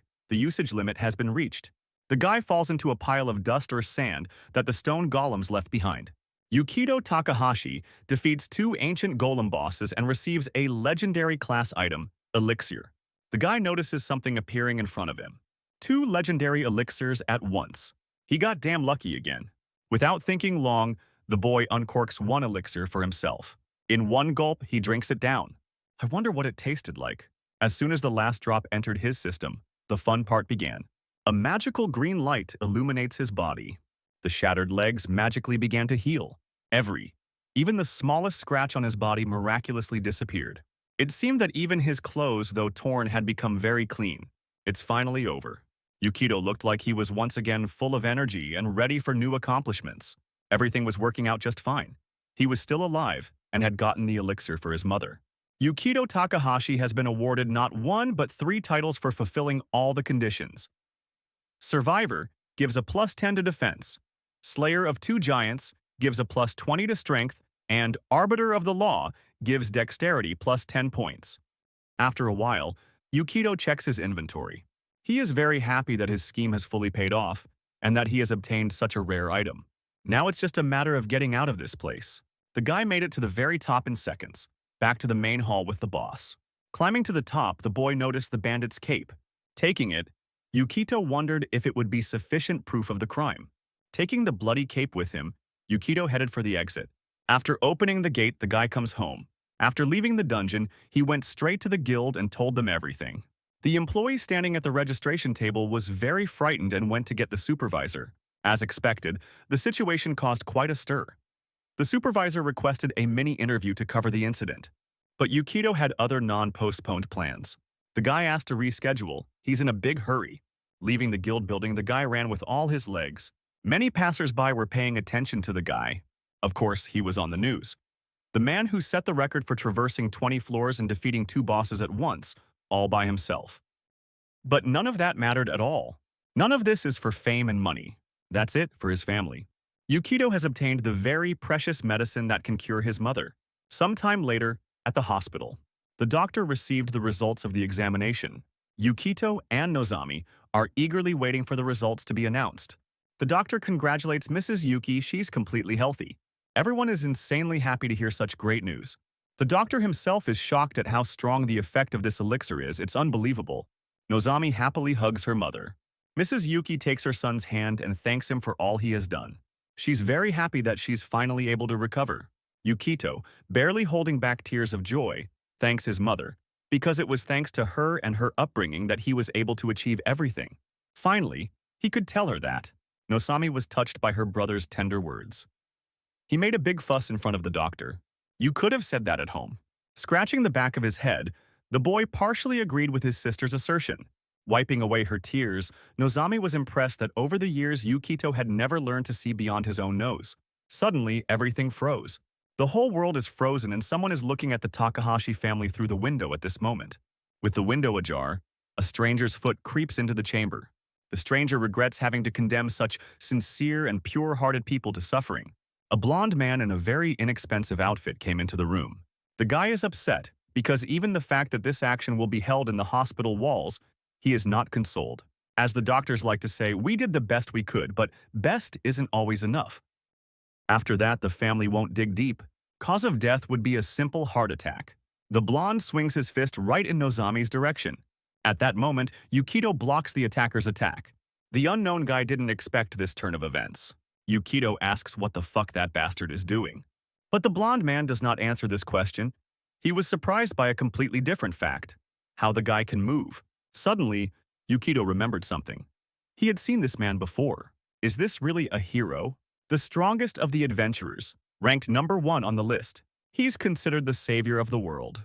That's right, Yukito's eyes don't deceive him. That guy is Uyama Kosumarito. By showing an unusual badge, he confirmed that he was indeed a hero. Yukito is even more confused as to why a hero would do something like this. Uyama interrupted the guy. Now it was his turn to ask questions. How Yukito manages to move into nothingness. After all, only those who have tasted death can do that. On that basis, there's only one option. Did the guy get reborn too? If Blondie's so confident about rebirth, then he's the same. It was really true. And since they know what they're talking about, Uyama wants to enlighten Yukito. Blondie came here to eliminate the risk of the end of the world. Yukito began to ask what his sister had to do with the end of the world. She was a factor. More specifically, the negative effect she can have on her future spouse. That's why Nozomi must be gotten rid of. What do you mean, future spouse? Yukito asked. That guy, he's a pretty important figure to their world. Their divorce hit him hard. This will be the root cause of the fall of the world. That's why Uyama arrived today, to eliminate Sister Yukito. Smiling, the blonde expects the guy to understand and calm down. But these words did not calm the boy down, but only agitated him. Yukito began to argue that this timeline had nothing to do with the past. In this line, he was able to cure his sick mother. That's why Nozomi won't go to work in a nightclub to pay her hospital bills. So she won't meet her future husband. Killing Nozomi doesn't make sense. This theory was quite curious to Uyama, but still the blonde man doesn't agree to back down. Instead of believing in theories, it's better to act for sure.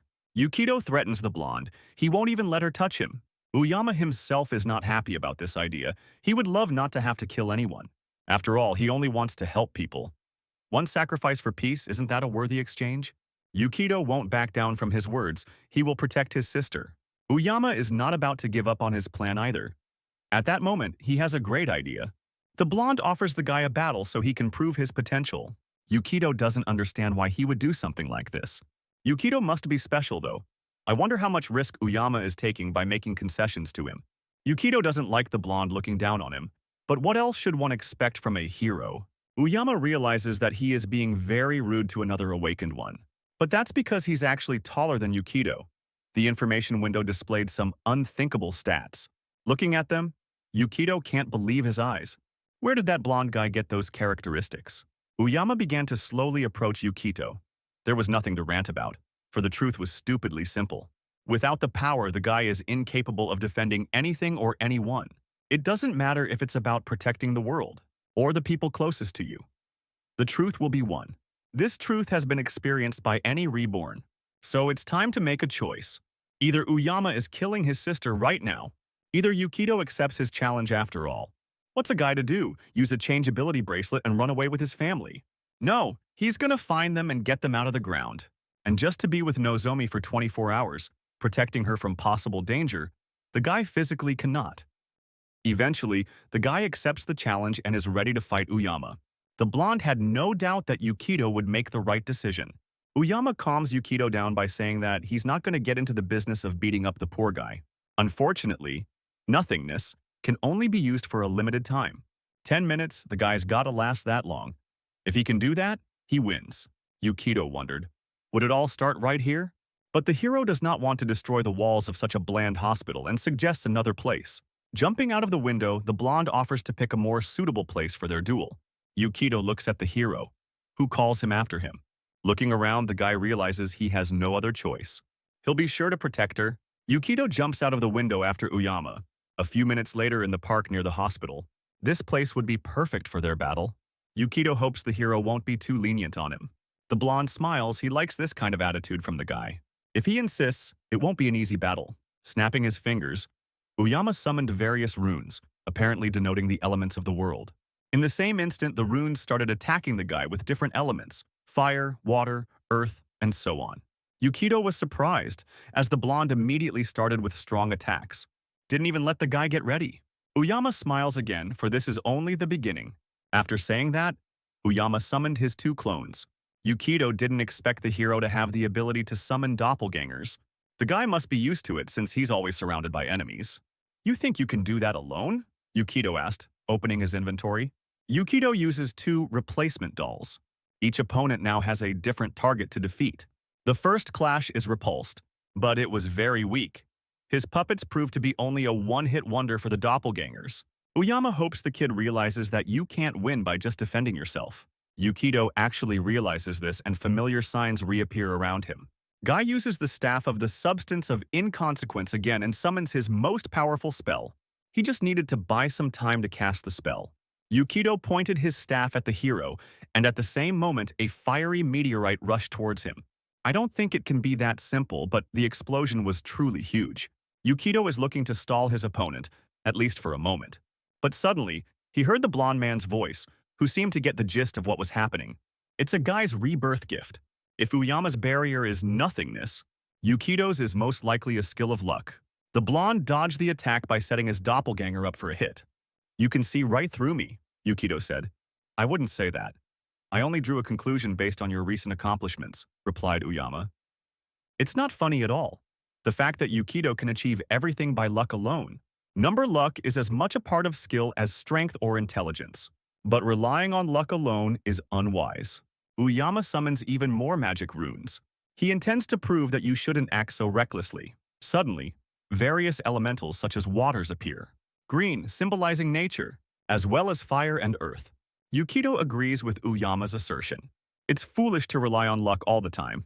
But Yukito saw something interesting when he looked at the characterization of the hero. His luck is abnormally low. Yukito doesn't want to do anything that will embarrass him in front of his loved ones. But now is not the time to think about such things. It even scares him a little that he doesn't doubt it for a second. He knows what that's about, though. He'd do anything for them, as they once did for him. The blonde man points his hand towards Yukito and asks if he's ready. And at the same instant, elementals and seals started attacking the guy. The world is cruel and unfair, and it's time for Yukito to come to terms with that reality. The fire elemental is ready to attack. Neither is a waterman. Yukito has a plan. He wants to take advantage of his bad luck. Opening the inventory menu, the guy selects Variability Bracelet again. And at that very second, a bracelet appears on Yukito's wrist. He must overpower the hero due to the difference in their luck. Wristband connection completed. Activation was successful, despite the lack of intelligence and a certain class. Luck is always on his side. Guy disappears from his opponent's view. Somewhere, in the center of the city shrouded by the barrier of nothingness, Yukito appeared in exactly the right place for him. Uyama is surprised to encounter a variability bracelet. Quite a useful thing. But he has enough of the normal magic of flight. Jumping off the back of the car, Yukito apologized, for he wants to continue the battle in this very place. Since Uyama dared to test Yukito, that and Yukito wants to test Uyama in return. A hero wouldn't involve innocent people, would he? Blondie is impressed. It's quite a curious idea. For indeed, Uyama is a hero. His duty is to keep people safe, not to bring harm to them. Well, he won't use mass magic. All the elementals have been recalled. A sword won't do either. But Yukito shouldn't worry about that. Nothing will stop the hero from overpowering the cunning guy. Yukito stashes the sword in his inventory as well. Now he'll check to see how the hero pulls it off and if he succeeds. The guy selects only a shield from his inventory. In his opinion, that should be enough. Armed with his shield, the lad prepared to continue the battle. This sight makes the blonde man nostalgic. In his past life, the hero often fought enemies who used the crowd as a shield. Magical spears have a knack for stalking a target. They carefully avoid all obstacles and try to catch up with Yukito. The guy makes a sharp left turn to hide in an alley. The spear is faster and catches up to the guy, but Yukito successfully deflects it. The shield ricochets and the spear pierces through part of the building. The spear not only penetrated the concrete base of the wall but also hit the gas pipes. Uyama went on again about the very battles when he fought monsters in the guise of humans, or the scoundrels who sow lawlessness in the city. There are more and more of them. Yukito tries to dialogue with the hero, thus clearly trapping him. The boy also began to talk about his past, when he had spent most of his life in dungeons. So the city was just a place to get food. Because of this, doesn't remember much about his past life. Uyama was upset to hear such speeches. After all, he was so eager to reminisce about a past life with someone who had experienced the same things he had. Yukito, on the other hand, doesn't really want to unpack things from the old closet. His past life was like that of a worm mercilessly trying to crawl on the ground. Then you should be grateful for the chance to live a new life, Uyama said. A leg kick lands for Yukito, and he practically gets knocked out from under the car. Yukito keeps saying that he's the kind of guy who's cozier in tight spaces. The hero is outraged. Is he really fighting a coward? Yukito grabs the skateboard, needing to speed up a bit.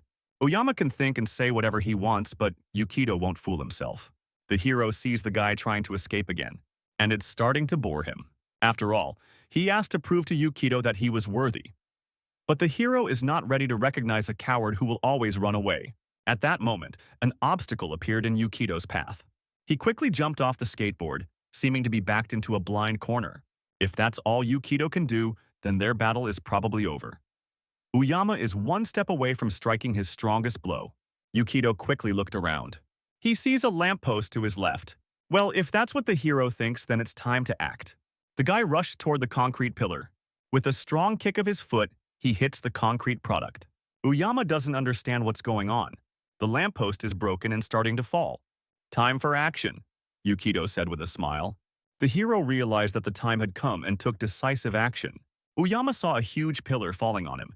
He looked confused and even frightened. Assessing the situation, the chief adventurer saw a car moving directly toward him from behind. The hero understood Takahashi's strategy. The young man had cornered him. Yukito watched the adventurer's actions with interest and clapped his hands.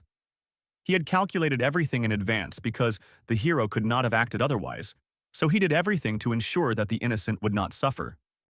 After catching the pole and putting it on the ground, Cosimoredo said that it was obvious. But the next moment, he admitted that the young man had surprised him. Takahashi smiled and asked, "Really, it was obvious? If that's really the case, you have to protect them, no matter what it takes," the hero added, still smiling.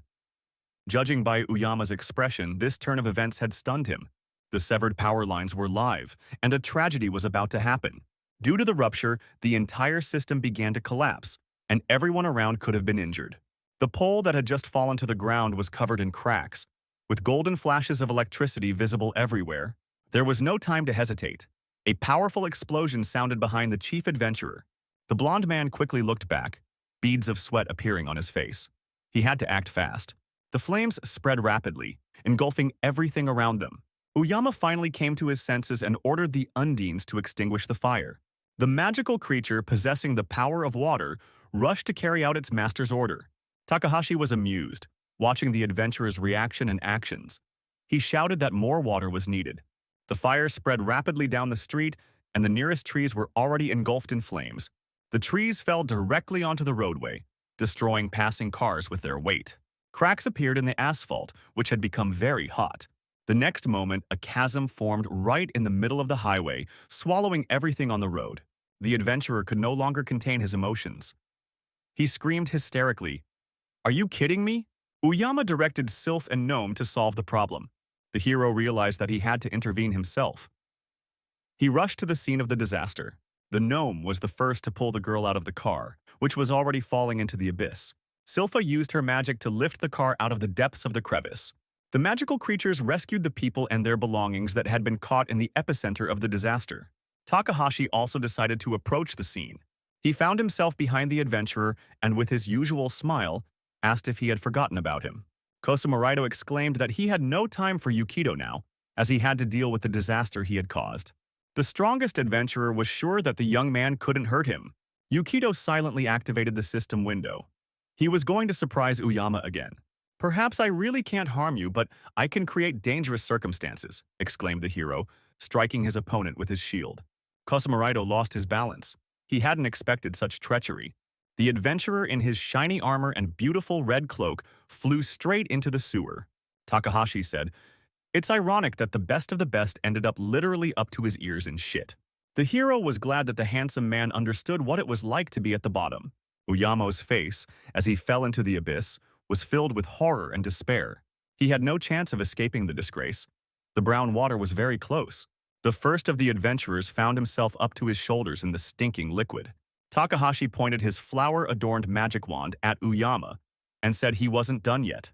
The adventurer couldn't take the pressure, raised his hands and said he was giving up.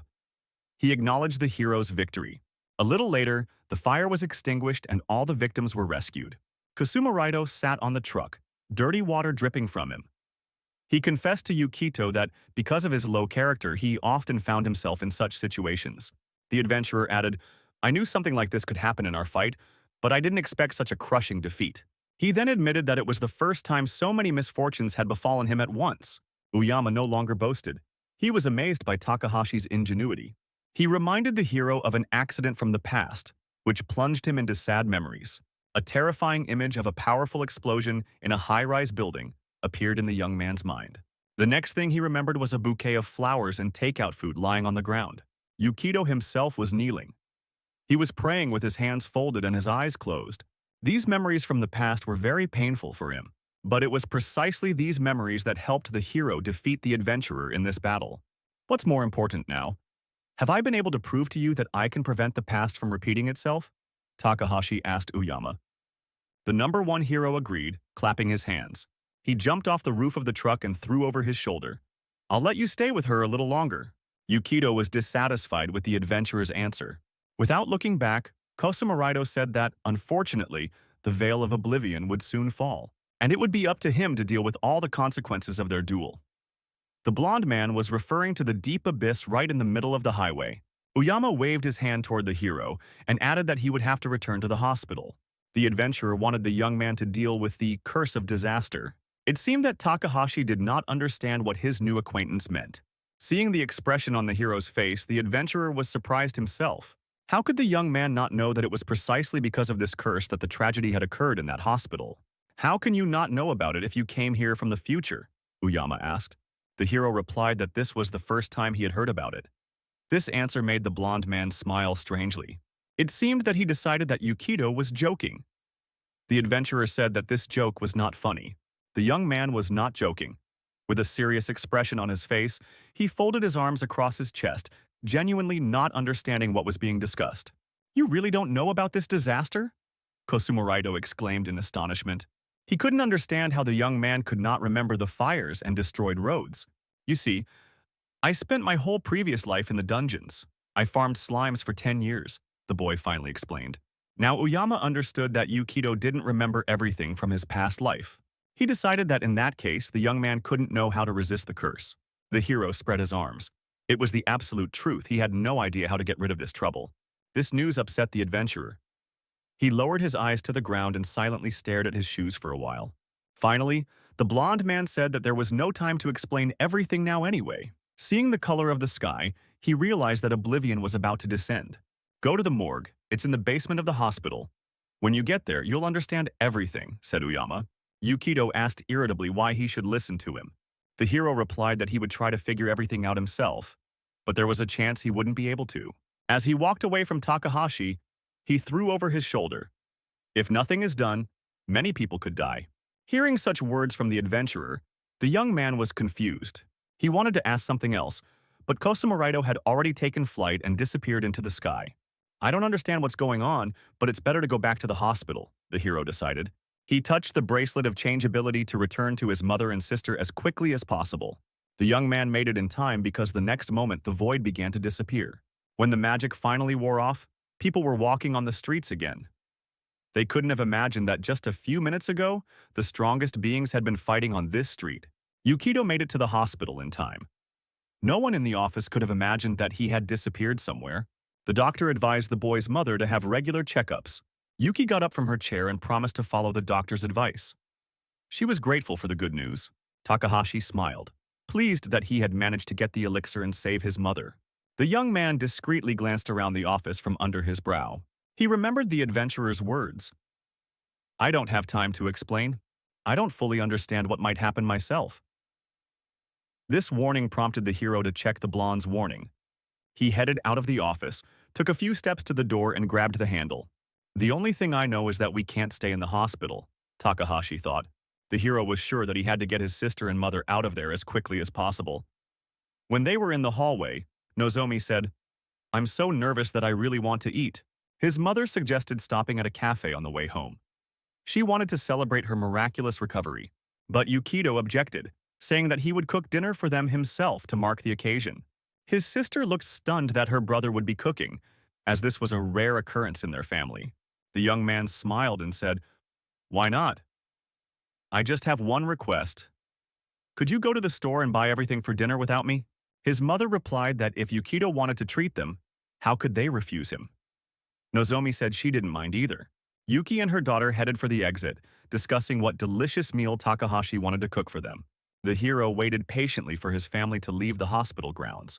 Once he was sure that his mother and sister were safe, he went to check the morgue. First, he went into the men's restroom. He had something to do. Locking himself in a toilet cubicle, Takahashi put on a white hooded cloak. This cloak was magical, a prize from his victory over the bandit Kido. He used it to avoid encounters with all sorts of weak monsters that were not worthy of his attention. The hero did not think that this invisibility cloak would be needed for such a reason. The patient, who was also in the bathroom at that moment, saw the door open by itself and decided that there was a ghost there. Meanwhile, the young man managed to reach the elevator at the end of the corridor. Yukito patiently watched as the elevator slowly descended from the top floor. He wondered why he had never heard of the curse of the disaster. Uyama said that when he got to the morgue, he would understand everything. Finally, the elevator display showed B1. It was the basement floor where the morgue was located. The doors opened, and the hero saw a corridor with many doors. He boldly stepped out of the elevator and headed forward, hoping to figure out where he needed to go. The young man noticed that there was a deathly silence all around him. Could it be that there is something here that will cause a catastrophe? Yukito thought. He decided that first he needed to check if there was anyone alive on this floor. The system's radar showed that there was no one there. This meant that the hero could check everything thoroughly. Takahashi looked ahead, carefully reading the signs on the doors, wanting to find the right one as quickly as possible. Finally, a door with the sign morgue appeared ahead. The moment had come. The young man quietly opened the door. It was dark inside. When his eyes adjusted, the hero could see a tiled room and a row of beds. He saw people lying there, their faces covered with white cloth. "There's a good chance that one day I'll be among them," flashed through Yukito's mind. The young man walked past the bodies of the dead, waiting for understanding to come to him. Stopping at the end of the room, he looked back at the dead. The hero took the hood of his magic cloak off his head and decided to wait a little longer. In the end, he found nothing. Yukito assumed that Uyama had decided to play a joke on him. The young man activated the system window. Suddenly, his eyes nearly popped out of his head.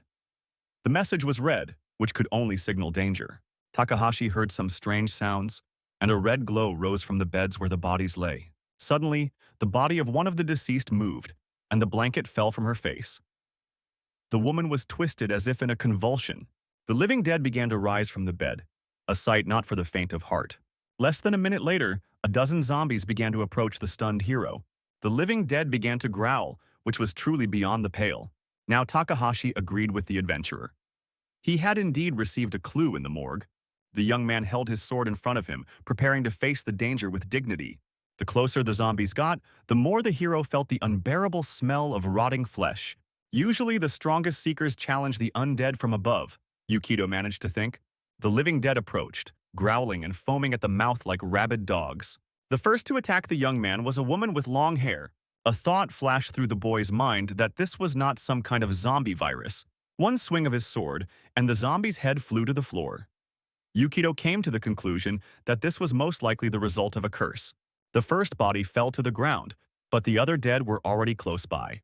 If an adventurer is cursed before death and not buried within a certain period of time, he turns into a zombie, Takahashi recalled. The hero's next blow tore the living dead apart along the torso from the head. As soon as the young man finished off the second monster, a third zombie attacked him from the side. The hero reacted lightning fast, throwing the undead away from him with a kick to the stomach with his right foot. Takahashi realized that the curse could spread to neighboring corpses. Yukito remembered that in his past life, the souls of the dead were pacified with the help of holy power. But in this life, unfortunately, no one had yet mastered such a method. The boy had time to think. It's good that this curse doesn't spread to the living, but that was only if the zombie didn't bite you. Takahashi attacked the next monster by throwing a metal bed at it. The hero had to be very careful not to catch the curse. The young man methodically destroyed the zombies one by one, not allowing them to corner him. The head of another undead rolled across the floor, severed by Yukito's sharp sword. The boy used the beds as shields, thus protecting himself from the zombies' bites. Another undead flew to the opposite wall after being hit by a bed. But there were more monsters, and it was becoming increasingly difficult to hold them back. The young man placed several beds in a row in front of him, creating an improvised fence. He managed to reduce their numbers a little, but the monsters continued to press forward, trying to reach their prey. Takahashi managed to see a talisman around the neck of one of the zombies. It indicated that the man had been a famous adventurer in his lifetime. It is a real tragedy when a hero in the past turns into a real monster after death. Suddenly, the young man heard the door handle behind him begin to move.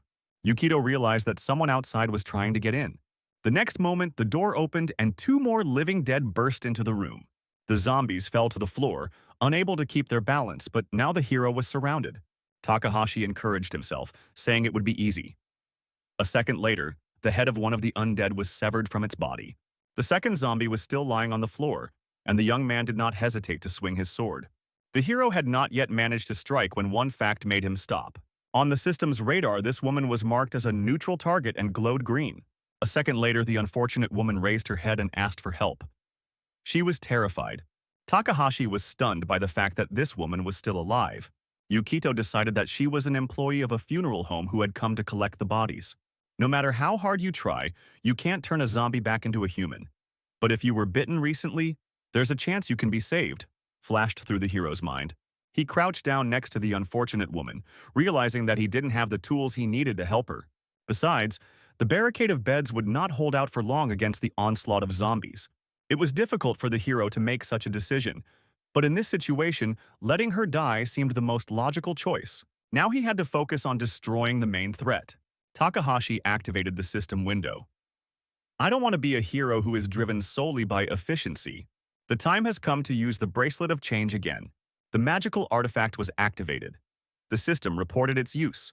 To heal this unfortunate woman, he would need alchemical tools. All he had to do was obtain the blood of the one who would consume the potion. The hero remembered the recipe for the elixir needed to heal a person bitten by a zombie. He understood that he was trying too hard, but he couldn't do otherwise. A true hero cannot leave a victim in danger. The young man knelt down next to the woman. He needed access to her hand. He cut the woman's finger with the sharp blade of his sword. In the next moment, a drop of blood appeared on the cold steel. The hero collected it in a special flask in which he would prepare the antidote. All the ingredients had been gathered. All that remained was to prepare the potion. Yukito sat on the floor and slowly mixed all the components. When the last ingredient was added to the bowl, the task was almost complete. The guy was very worried, doubting that he had done everything correctly. The system sent a message, starting the production of the sacred elixir of purification. The next moment, the hero received a warning that his level of alchemy was insufficient. The probability of activation was only 25%.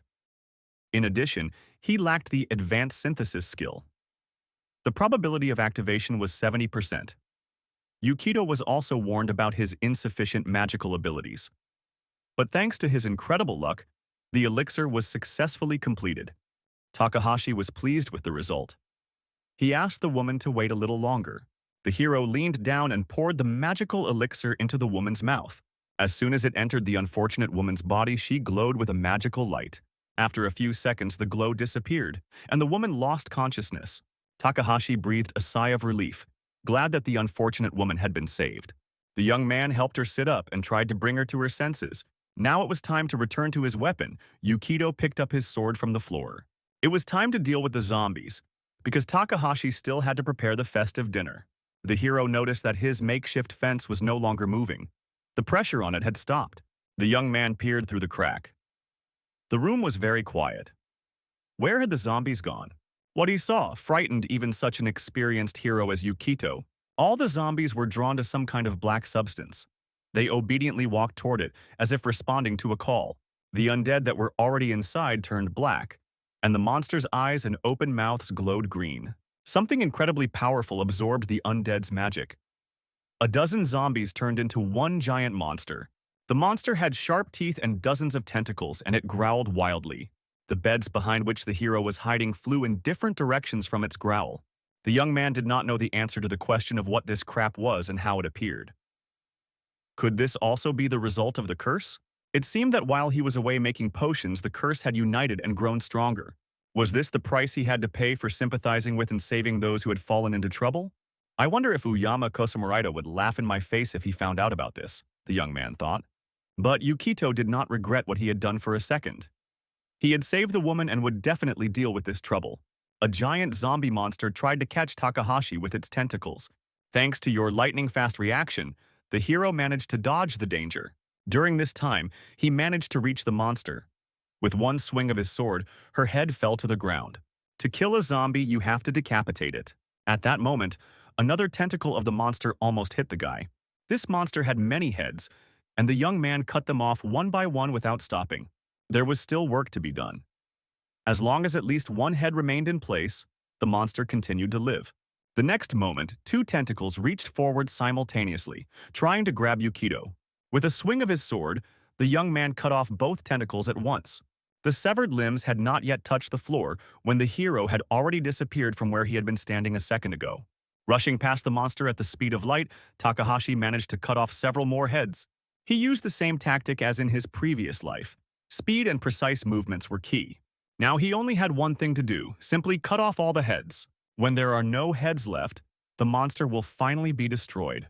After finally cutting off the last head, Yukito hoped that the zombie was finally finished. The monster fell to the floor and showed no signs of life. The hero hoped that the monster would now simply turn into a pile of corpses. But things did not turn out as expected. Yukito's eyes nearly popped out of their sockets. The monster began to regenerate, black energy enveloping it from all sides. The monster's head was restored, its eyes glowing green. The young man couldn't believe his eyes. Was all this really happening? The monster's tentacles reached out to the corpses it had not yet devoured. Opening its huge mouth, the zombie threw several corpses into it. It was a sight not for the faint of heart. 2 human legs protruded from the monster's disgusting mouth.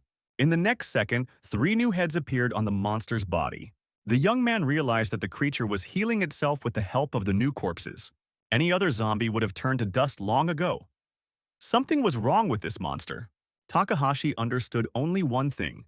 He had to cut off the last head before the monster could regenerate the others. But his warrior skills were geared toward fighting the enemy face to face. The young man did not possess the ranged combat skills that would be very useful now. He remembered that he could use the power of his magic staff. But if Yukito used it, there was a high probability of destroying the entire hospital. Buy some time and wait for the hero? But I don't want to lose to that pompous blonde. The hero continued his musings. Besides, the guy understood that there was no time to wait for anyone. He couldn't wait for the adventurer to arrive. He had to deal with it himself. Meanwhile, other zombies continued to strengthen the monster. When another undead creature entered the monster's body, another head appeared on it in the same second. The giant zombie continued to mutate. The monster must be destroyed before it grows to incredible proportions. The creature growled wildly and once again directed its tentacles straight at the young man. This time, he barely managed to dodge the deadly weapon. The sharp tip moved at lightning speed. The attack was powerful, but it failed to knock the zombie off its feet. Pieces of plaster fell from the ceiling. It seemed that the room would soon collapse. Takahashi wanted to handle it himself. He understood that it had to be done as quickly as possible. If the monster continued to devour its own kind, soon no one would be able to stop it. Yes, the hero understood everything intellectually, but he didn't know who to fight this undead creature. He needed something that could destroy all the zombies in one fell swoop. But at the same time, the weapon couldn't be so powerful that it would destroy the entire hospital. Unfortunately, the young man didn't have anything like that at his disposal. As soon as Yukito caught himself thinking about the hopelessness of the situation, a spark of an idea suddenly appeared in his eyes. The hero glanced behind him. In the corner of the room stood an alchemical bowl. At that moment, the creature reached out its tentacles toward the young man again. With 2 swings of his sword, Takahashi cut off the creature's appendages. The boy decided that the alchemical kit could help him in his fight against the zombies. The main idea was that it could be used for more than just creating medicines. The young man rushed to the alchemical kit, barely managing to hide behind the metal bed. Despite the danger, the hero did not despair. If you don't have something, just make it, flashed through Yukito's mind. In a critical situation, the brain begins to work at full capacity. The young man's gaze caught on the metal leg of the table. He wasted no time and cut off a piece of the pipe with his sword. The young man decided that even ordinary things could be turned into weapons now. The system recorded that 4 legs from the stretcher had been obtained. At that moment, a giant tentacle smashed the fortification behind which the hero was hiding. Yukito smiled and exclaimed, "How impatient you are!" Takahashi decided to use the steel plate. The system recorded this moment as well. In the system's artifact table, the guy activated the shield. "Be a little slower and dumber," said the hero. The young man hid behind the shield just as 3 tentacles rapidly approached him. The shield was light and durable, so using it was a good idea. Now the hero needed a book with various recipes from the alchemy kit. Blocking the tentacles' blows with the shield, Yukito quickly flipped through the pages. Suddenly, his gaze fell on a recipe for black powder, which required potassium nitrate, sulfur, and charcoal. Takahashi was a little disappointed because he couldn't imagine where he could get these ingredients while in the morgue. He could use the bracelet to teleport to a store. But when he looked at the bracelet, the hero realized that its energy was completely depleted. He had been using it non-stop throughout the day. Suddenly, while fleeing from danger, the young man realized that he could create the ingredients himself. The hero's keen eye noticed a piece of wood in the corner that could be used to make charcoal. First, he should focus on the first element. The hero immediately threw the cedar wood into the magic cauldron. The creation of charcoal has begun. The system reported that alchemy cannot help create this ingredient. The probability of success is only 25%. The level of alchemy mastery is insufficient. But once again, thanks to Yukito's incredible luck, high-quality charcoal was created after all. A thought flashed through the hero's mind. There's still sulfur and potassium nitrate left. Continuing the fight, the young man could not even imagine how to find them. He didn't stop for a moment, attacking the monster again and again. Takahashi's next lunge at the zombie monster completely disoriented him for a moment. The guy decided that now was the time to use the power of the internet to get information. The young man asked in the GPT chat what could be used to replace sulfur and potassium nitrate. The next moment, he read that these two components could be found in ordinary matches. The hero's gaze fell on a pot of incense. A thought flashed through his mind. They must have been lit with something, right? Yukito looked at the woman he had rescued. She was still in no condition to help. The young man bent down and picked up her purse. There was a chance he might find something useful inside. After emptying the contents of the bag onto the floor, Takahashi immediately saw the matches. He immediately threw them into the alchemical cauldron to release the necessary components. The system again doubted the success of this task, but everything worked out for the best. Sulfur and potassium nitrate were successfully extracted. Now it was time to create black powder, which should help get rid of the cursed monster. The production of black powder was quickly and successfully completed. Success was once again on the hero's side. But this is not the end. Now it is time to create a bullet. The production of a high-quality bullet was also completed. Soon, the hero will be able to put an end to this story. The young man's gaze fell again on the woman's bag, and he remembered seeing something else useful inside. He quickly approached, opened the notebook, and began to write something. When he was done, Yukito looked closely at what he had drawn on the piece of paper. Judging by the expression on the hero's face, he was pleased with his own idea. At that moment, when the hero was distracted, the monster, which had managed to recover, struck. The zombie growled wildly, confident that the end of its victim was near. It lunged straight at the guy, and it seemed that in a moment everything would be over for Yukito. What is the most effective weapon against zombies? The hero asked himself with a smile. The young man tore off a sheet of paper and threw it into the cauldron. The hero managed to draw a sketch of a pistol, which was essential for using a black powder bullet. In the system window, Takahashi activated the icon with a metal leg from a wheelchair. The alchemical cauldron began to bring the new recipe to life. As always, the system warned that it could not yet create this ingredient. Due to the lack of metallurgy skills, the weapon created may be of poor quality. Despite his lack of magical skills, thanks to luck, the creation of a high-quality, self-firing sawed-off shotgun was successfully completed. The young man did not want to desecrate the corpses of the slain hunters, but what could he do? He could not waste any more time, so he quickly loaded his homemade weapon with black powder bullets. Takahashi aimed directly at the main head of the zombie monster. Today, he would kill the undead creature once again. The boy waited for the monster to get even closer. He only had one chance. The system warning came quickly. The hero's class does not require the use of firearms. Chance of explosion, 30%. But Yukito was already used to relying on his own luck. He was sure it would work. And he was right. The shooting worked. The black powder bullets flew straight toward the zombie. The danger was rapidly approaching, but the monster did not understand how this small golden object threatened it. One bullet hit the tentacle with which the monster had managed to cover its head. But another hit the target, the creature's head.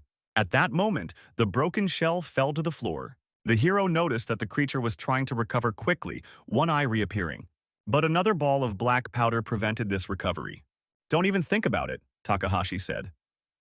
This time, he would not allow the monster to regenerate. Another shot blew off several more heads on the zombie's body. The guy didn't stop.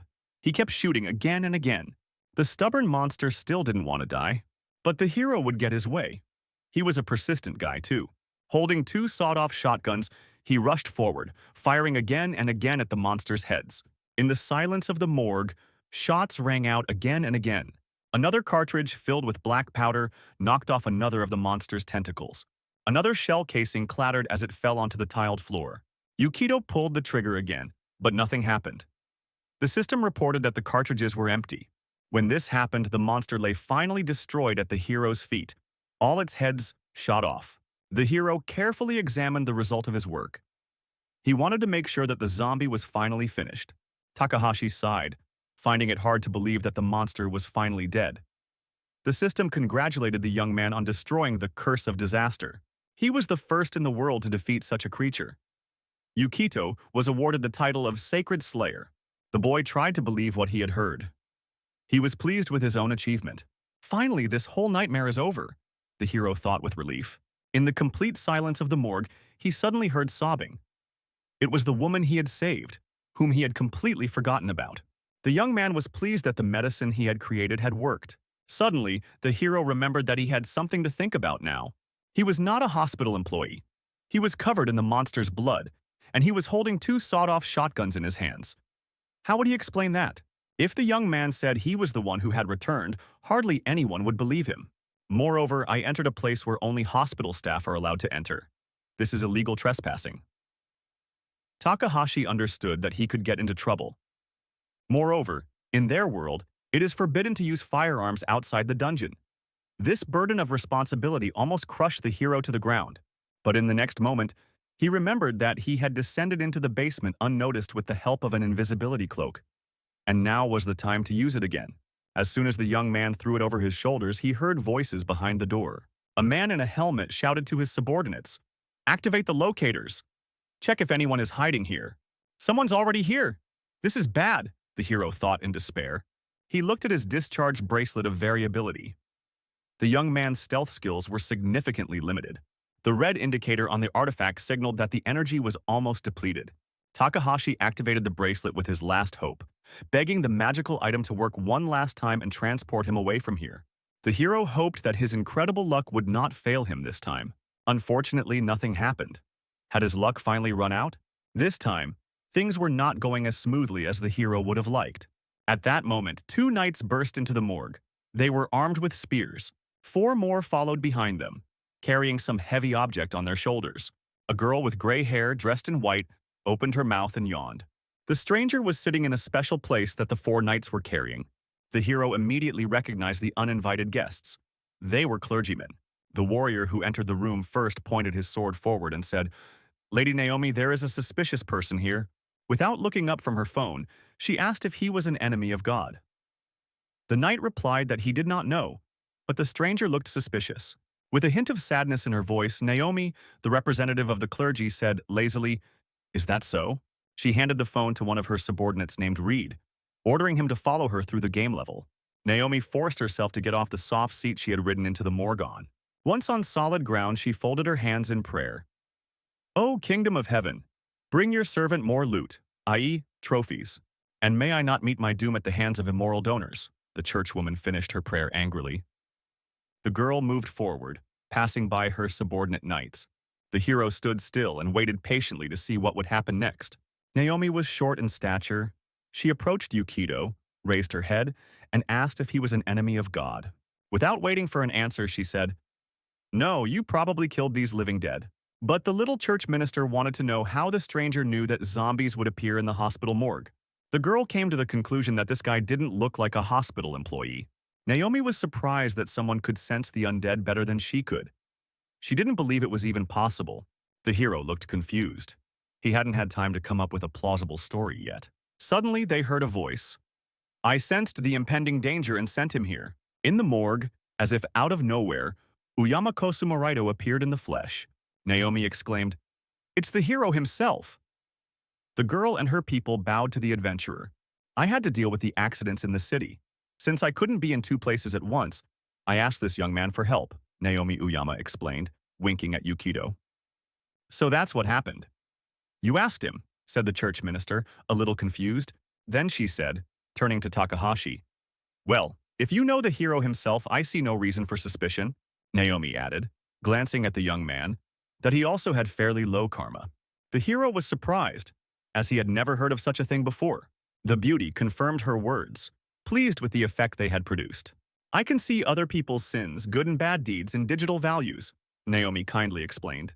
Uyama Kosumuraido exclaimed with a smile, "That's to be expected from the youngest novice in the church. So she has a rare skill that is tied to one area of activity," flashed through the hero's mind. Naomi was a little embarrassed by the adventurer's words. Then she asked, "Will this young man take part in the sacred battle?" Of course, the girl was referring to Takahashi. It seemed that her question had put the adventurer in an awkward position. He didn't know how to respond right away. Naomi and Yukito looked at him with questions in their eyes. Uyama finally came to his senses and confirmed Naomi's assumption with his usual cheerfulness. Then he pointed to Yukito and, addressing the churchwoman, said that he would be very useful to her. "He will cleanse the walls of the temple from the shackles of evil and bring God's grace," Uyama exclaimed emotionally. Naomi said to Takahashi, If the hero himself recommends you, you will come with me.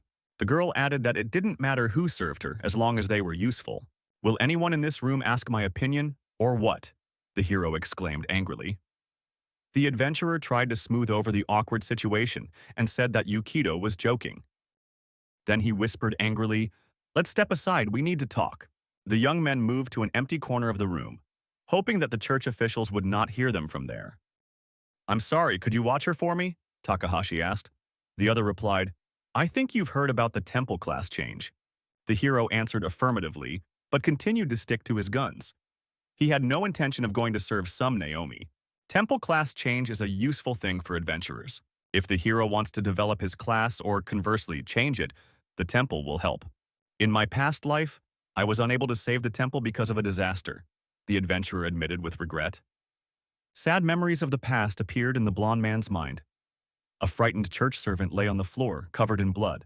Due to the fall of the temple, the adventurers became weaker, while the enemy's power, on the contrary, increased.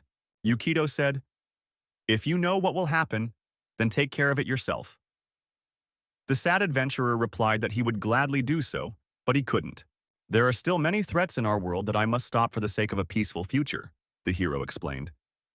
Takahashi did not give up, because he believed that he had nothing to do with it.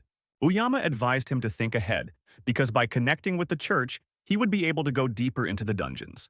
The young man would gain instant teleportation between floors and the ability to pass through powerful barriers. The church monopolized everyone capable of using healing and support magic. They can create more powerful barriers in certain areas. In addition, church officials can move adventurers between floors using teleportation magic. "All right, have it your way," the hero finally agreed. The adventurer couldn't believe that the young man had actually agreed. But the next moment, Takahashi grabbed Uyama by the collar of his cloak. For this service, he wanted the adventurer to swear that he would not lay a finger on his family. "I swear, I'm not going to harm those who are useful to this world," Kosumo promised, raising his hands. The hero suggested that in that case, he would be disposed of as soon as he ceased to be useful. The adventurer said, "Your words sound as if I am threatening you." But in reality, Uyama was just asking for a little help. Takahashi agreed, but wanted to hear more details about what he was signing up for. Just as the adventurer was about to tell him everything, Naomi approached them and asked if the conversation was over. The blonde man smiled broadly and apologized for keeping her waiting. The girl replied that it was no big deal, since they had been busy cleaning the place of filth. The next moment, without further explanation, Naomi held out her staff. She pointed it at the hero and used magic to make the traces of the struggle disappear from Yukito's clothes. A few seconds passed, and the young man saw that he was now completely clean. The little church servant jumped into her vehicle and said that it was time for them to go to the nearest temple. The hero was a little confused. He didn't know why this was necessary. Naomi took her phone from the knight and explained that they needed to assess Takahashi's abilities. "There's no point in hiring someone who can't even fight," said the girl, looking down at her phone. The two knights pointed their spears at the young man. Now he had no choice. Yes, go ahead and test him. I have to go now." "Good luck, my friend," said Uyama Kosumo as he disappeared. The hero realized that the adventurer had simply set him up, leaving without further explanation. Yukito said, "I guess I shouldn't count on lunch today." Finally escaping from the hospital basement, after a short journey, the hero saw a church. Accompanied by Naomi and her knights, they went inside. Inside, the temple was much larger than it appeared from the outside. Yukito stopped, looking around. He was curious to take a good look at everything. The girl said it was time to begin the trial. "Your opponent will be an average knight," she added, pointing to a random man from among her subordinates. The warrior immediately stepped out of line. He was a 4th-degree knight. The knight drew his sword. Takahashi kept his eyes on his opponent. The young man determined at a glance that the man was of a higher level than himself. Naomi announced the start of the duel, and the opponents rushed at each other. The girl took out a bag of treats, preparing to enjoy the spectacle. She kept her eyes on Yukito, memorizing his every move. The opponent's swords clashed with a clang. The blow was so powerful that it sent sparks flying. The opponent attacked, but the hero managed to stop him. He noted to himself that the knight was rather weak with the sword. Yukito decided that the church's warriors were more focused on defense. But even if that's the case, with the difference in levels, it seems he fights worse than me, Takahashi thought. Naomi was pleased with what she saw, but decided not to stop there. She would show the young man a glimpse of God's grace. Using her staff, the church minister activated her magic. Naomi exclaimed strange words. Heraclea! Axelor! It seemed as if she was summoning someone. The girl struck the floor with her staff, and her spell came true. The hero's opponent was enveloped in red energy. Naomi enhanced his abilities with her power. Yukito did not expect such a turn of events. Would the trials of this day never end? The magical knight immediately rushed at the enemy, becoming more agile and faster. The boy noticed this immediately, as it became more difficult for him to block the warrior's blows. Takahashi looked at the girl angrily. It was unfair of her. The warriors of the church already have high endurance and defense stats. The hero thought in despair. The young man understood that with buffs to his strength, he would not be able to withstand a prolonged battle. But Yukito was not used to giving up. He looked closely at his opponent's armor, searching for a weak spot. His efforts were rewarded when his gaze fell on the church warrior's metal gauntlet. In a matter of seconds, he managed to see that the knight's armor was not as strong as it seemed at first glance. Takahashi saw his chance to win and attacked his opponent's weak spot. Activating his shield, he decided it would be a sin not to take advantage of this opportunity. A piece of metal slag appeared in the young man's hand, a waste product that appears during the smelting of metal. The hero decided that it would be quite suitable for his plan. At that moment, while the boy was distracted, the enchanted knight flew into the air, preparing to attack his opponent from there. He raised his sword, preparing to bring down an enhancement called the Holy Hammer on Yukito's head. But the hero was not going to be outdone. He also decided to use one of his skills. Pushing off the ground, the guy easily reached the knight's height. The move he decided to use was called beasting. Everything happened so quickly that the church warrior didn't even have time to react. A small metal fragment became a big problem for the mighty knight. Hitting the weak spot in the man's armor, it easily destroyed it. Seeing that his plan had worked, Takahashi put his shield to use, striking his opponent with it. The metal glove on the knight's right hand fell apart, and he could no longer hold his sword. Having lost his weapon, the man fell to the ground. Before the sword could hit the ground, Yukito caught it. The church warrior was defeated by his own weapon. It was a masterful victory. Takahashi was pleased with the outcome of the battle. He had once again proven to himself that he could cope even in a dire situation. The young man asked Naomi if he should continue. The churchwoman applauded and said that this demonstration was enough. The girl smiled, amused by the spectacle of the duel. She said she considered Yukito a skilled swordsman. The hero thanked her, looking exhausted. He returned the sword to its owner, continuing to analyze the duel in his mind. I'm not strong. It's just that the church warriors rely too much on buffs, Takahashi concluded. Naomi immersed herself in her phone game again, saying to the hero, "You're free now. See you later." Takahashi looked at the girl, but she no longer paid any attention to him. He didn't need to be told twice. The guy turned and left the church. Without wasting a minute, Yukito hurried home, where his mother and sister were waiting for him for dinner. About an hour later, a delicious meal was served. Today they were celebrating his mother's miraculous recovery. Nozomi and Yuki's plates were full of golden porridge, but for some reason the third dish had turned black. The young man wished his family bon appétit. He seemed not to notice that his portion was completely burnt. Nozomi clutched her head when she saw that her brother was going to eat it. Yuki suggested that her daughter try it quickly, since Yukito had tried so hard for them. The hero smiled as he watched his mother and sister try his culinary creation. Mother is finally healthy. I was able to do what I couldn't do in my past life, the young man thought happily. We have enough money, so Nozomi, you can enjoy your youth, the boy said proudly of his achievements.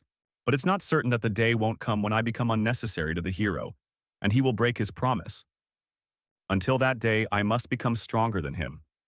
Only then will I be able to protect my sister, thought the hero, and began to eat his burnt dinner.